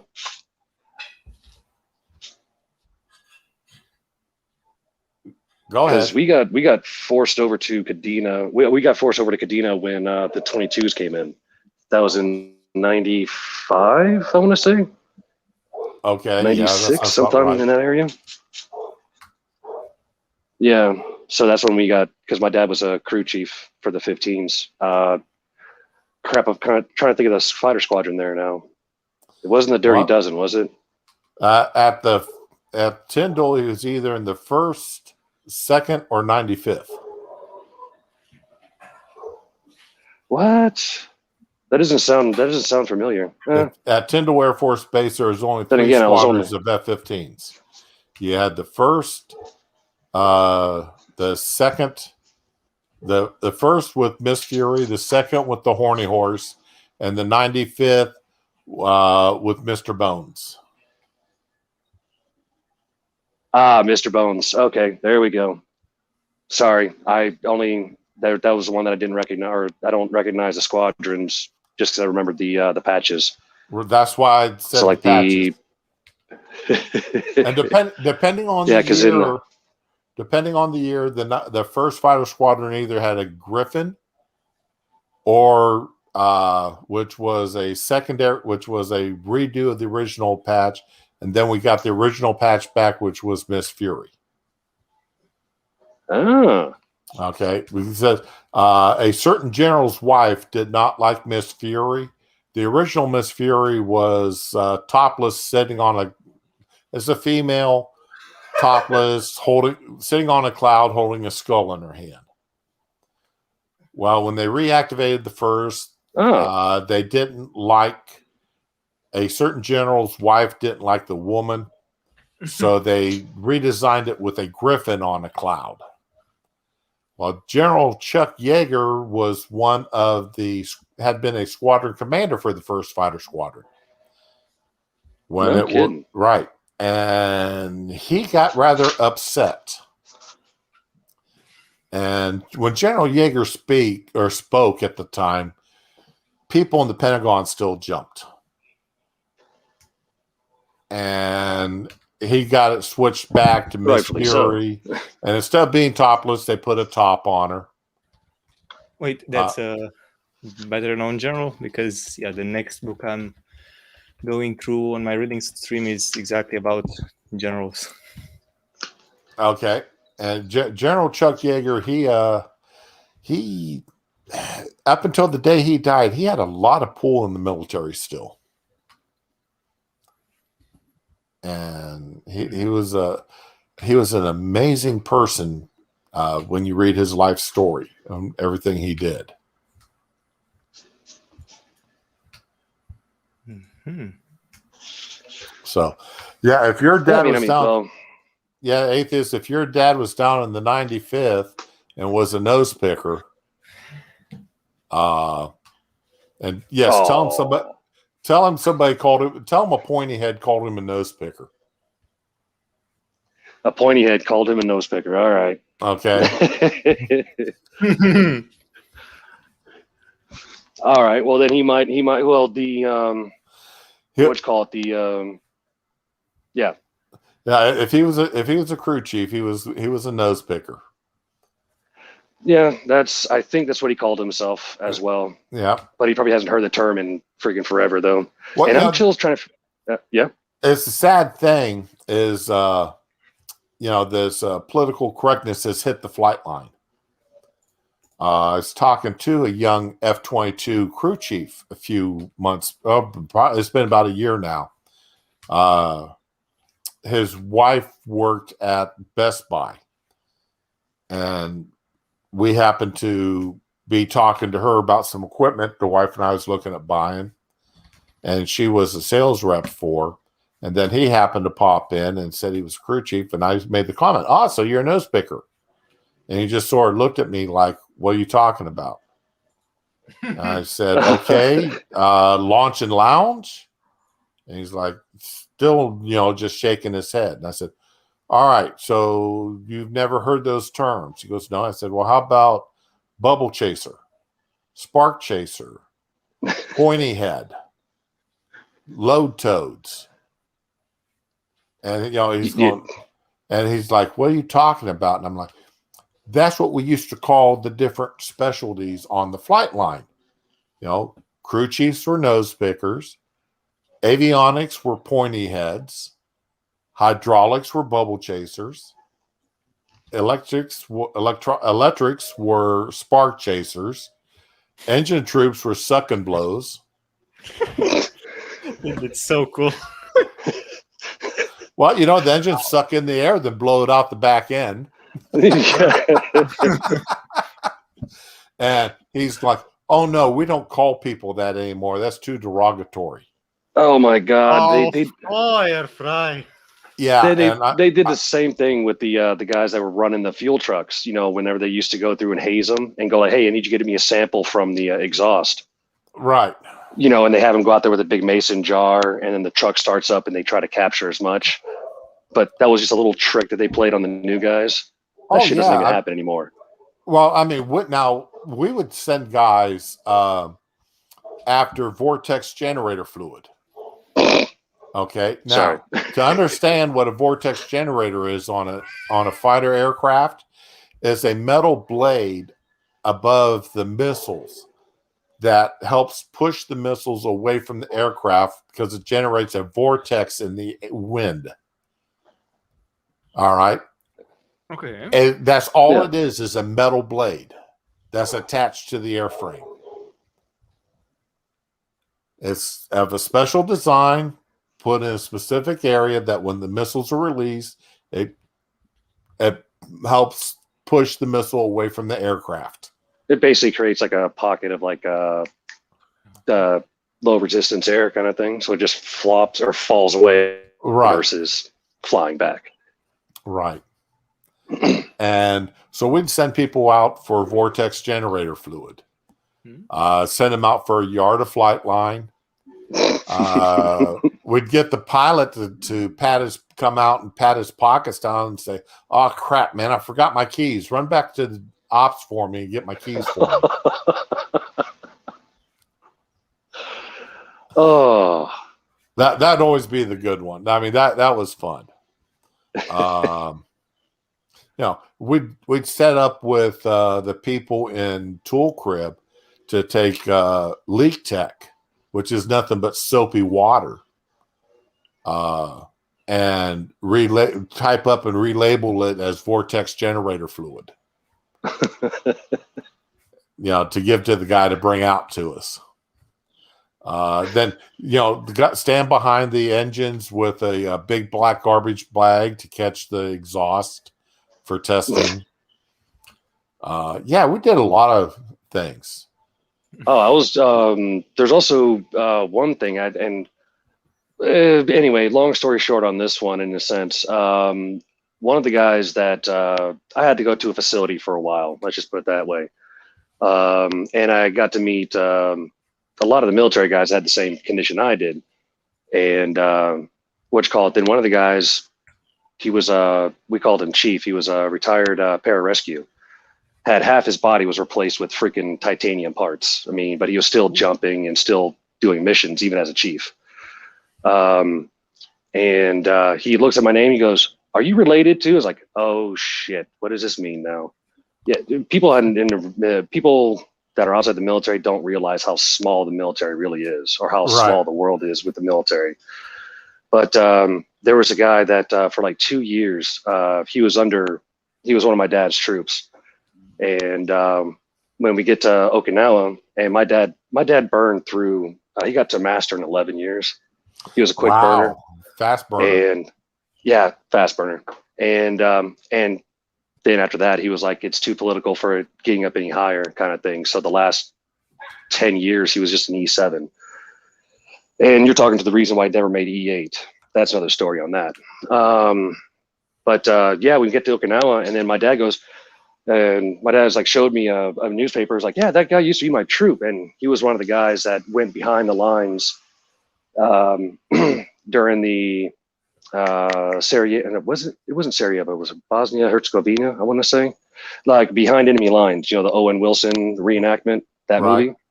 He was one of the pararescue guys that, or parajumper or pararescue, that had to go back and get that pilot. And he was telling us all like the freaking, he got hit in the head with a RPG that wasn't set correctly, so it just dented his helmet, gave him a concussion, and just ricocheted off of him, and all this kind of crap. And my dad goes, "Yeah, that used to be my troop." Da da da da. Maybe that might narrow it down a little bit more for you. Oh, Used to wow. be a PJ. Well, not my dad, but the guy that used to. Anyway, but I'm just maybe might narrow it down a little bit. Maybe you might know him. It's well, without knowing his name, I'm not going to say one way or another because I knew quite a few people. Like I had a supervisor once who didn't. He was force retrained out of missiles. How does that happen? Why did that happen? The career cut that. You know, Okay. I thought it was like a bad thing. It's like, I don't want that. You know, they just he was a master sergeant, and they didn't need as many master sergeants working the silos, so they forced him into my career field. So he's sitting there trying to supervise me doing my job, something that he had no experience in. And it's like, thanks a lot. You know, fortunately, this guy was really cool. And he said, I don't know what you do. Just don't get me in trouble. Hey, that's the best way to go about it. You know? But when we heard he was coming in, that, you know, we're all sitting there going, oh my God. How are we going to deal with somebody that doesn't understand our job, doesn't understand the you know, just because this thing happens twice in a row doesn't mean it's the same thing that's going wrong. Type thing, you know. But he was really cool. He goes, you guys go out, do your job, get the jets fixed, and keep me out of trouble with the chief, and I'll be a happy man. Yeah, but it's usually not like that. Usually when it's something like a force retrain, it's usually people that have done their jobs poorly. Let's put it that way. Right. And you're going like, oh crap, we got this screw up now. Yay. He was just waiting to get his 24 years in, and then he was retiring. That, you know, he had 2 years left till retirement, and he's just like, okay, I'll tell you up front, I'm not here to cause any waves. I'm just keep my head low and get my retirement check. And that's that. I mean, and that's what he did. He kept his head low. He did look out for us. He did look out for us. I mean, I'm not saying he didn't do his job as a supervisor. You know, he stood up for us and everything when he needed to, when it was appropriate. But he wasn't there to create waves or try to make senior or anything else. He was just there to do his job and retire when he could. You know, he was going for the 25% retirement paycheck, and the extra 25%. Well, it's 20 at the time. It was 20% at 20 years, and at 24 years, it was 25%. Then 30% at 30 years. Oh, that must have been changed because my dad was getting out before 9/11 happened.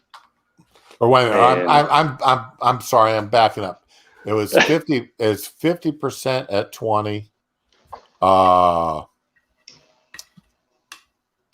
Crap! Now I can't remember how much you got. I was going like I think it's 20. I think it's an extra either 20% or 25% at like 25, and then I think the most you can go is like 80 at like 30 years or something like that.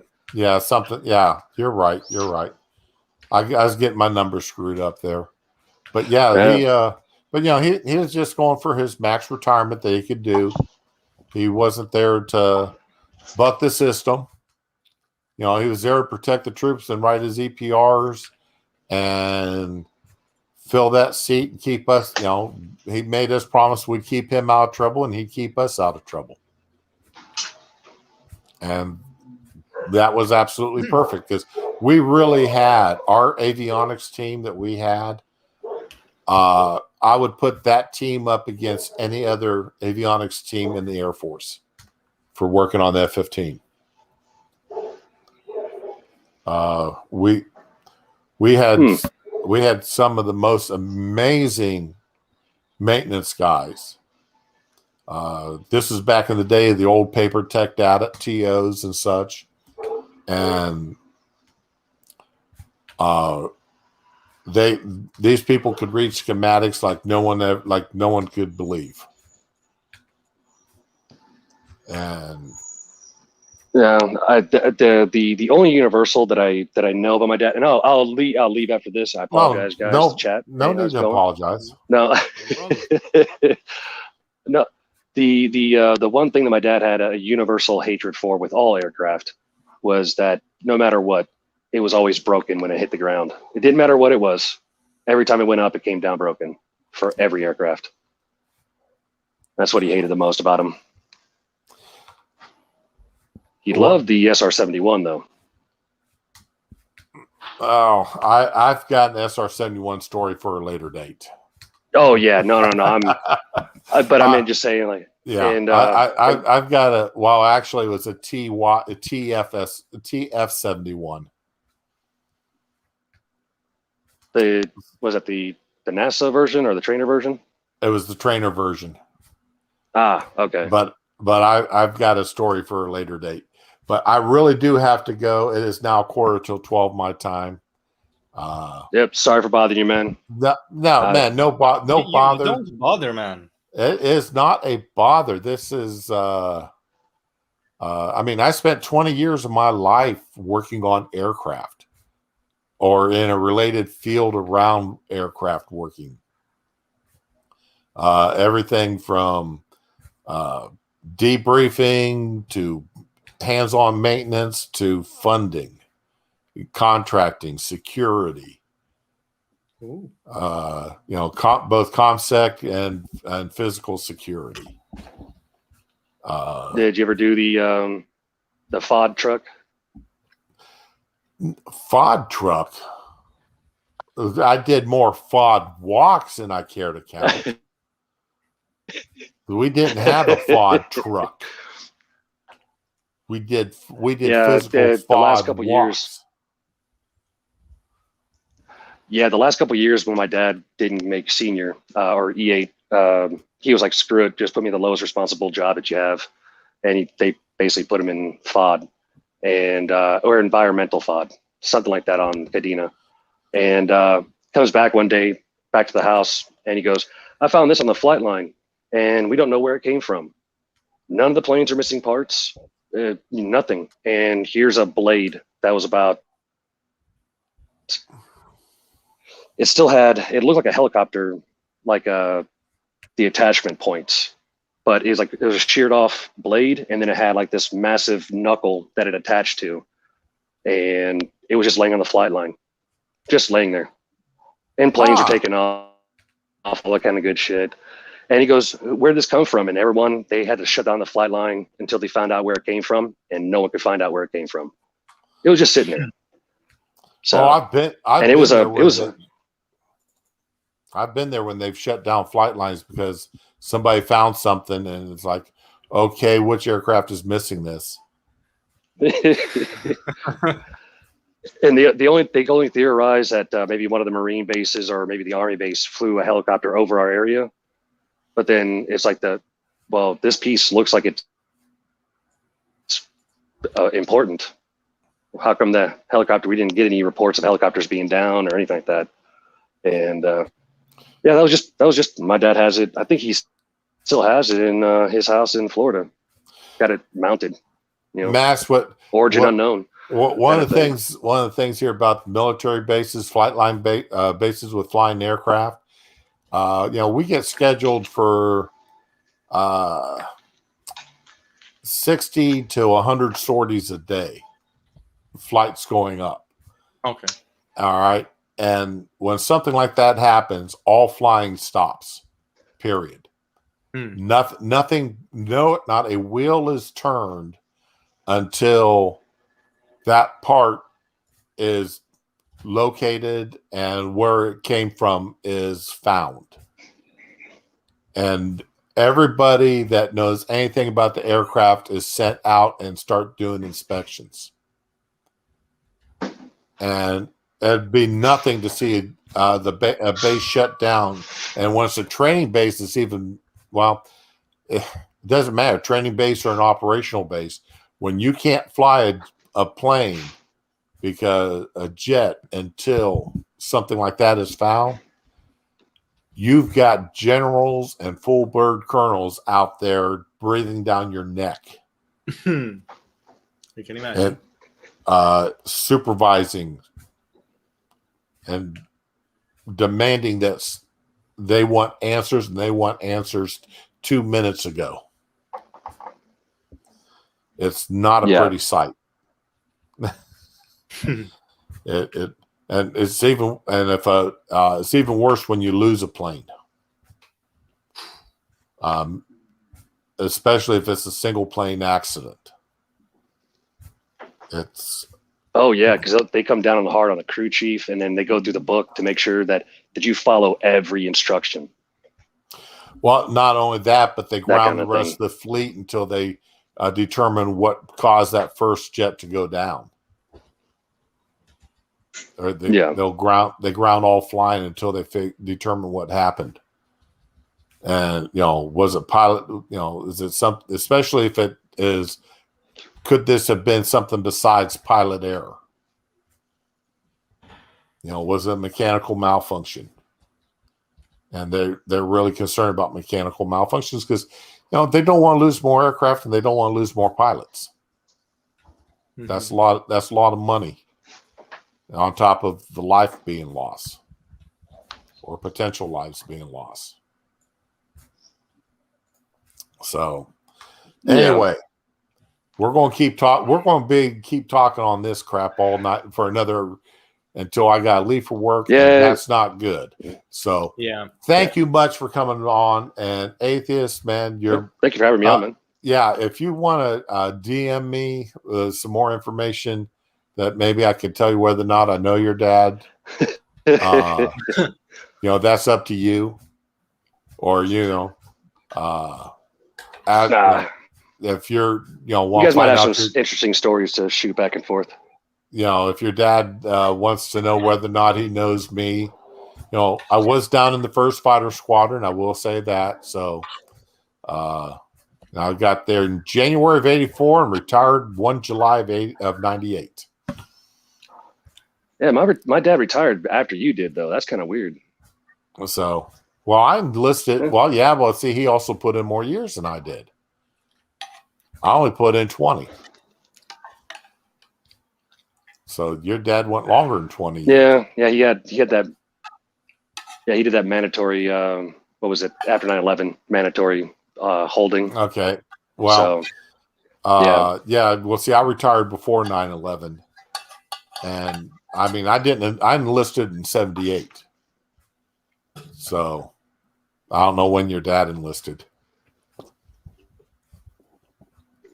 79 or 80. All right. No, it might have been 80 or 81. He got kicked out of his.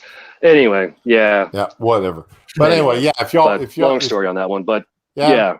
If your dad wants to figure out, try to figure out if he knows me, that's fine. All right. If nothing else, get your dad online. Get your dad online sometime. We'll swap stories. All right, Mass. Y'all have a good one. We'll talk to you later. All right, my friend. Virgin. All right. Be good. Bye.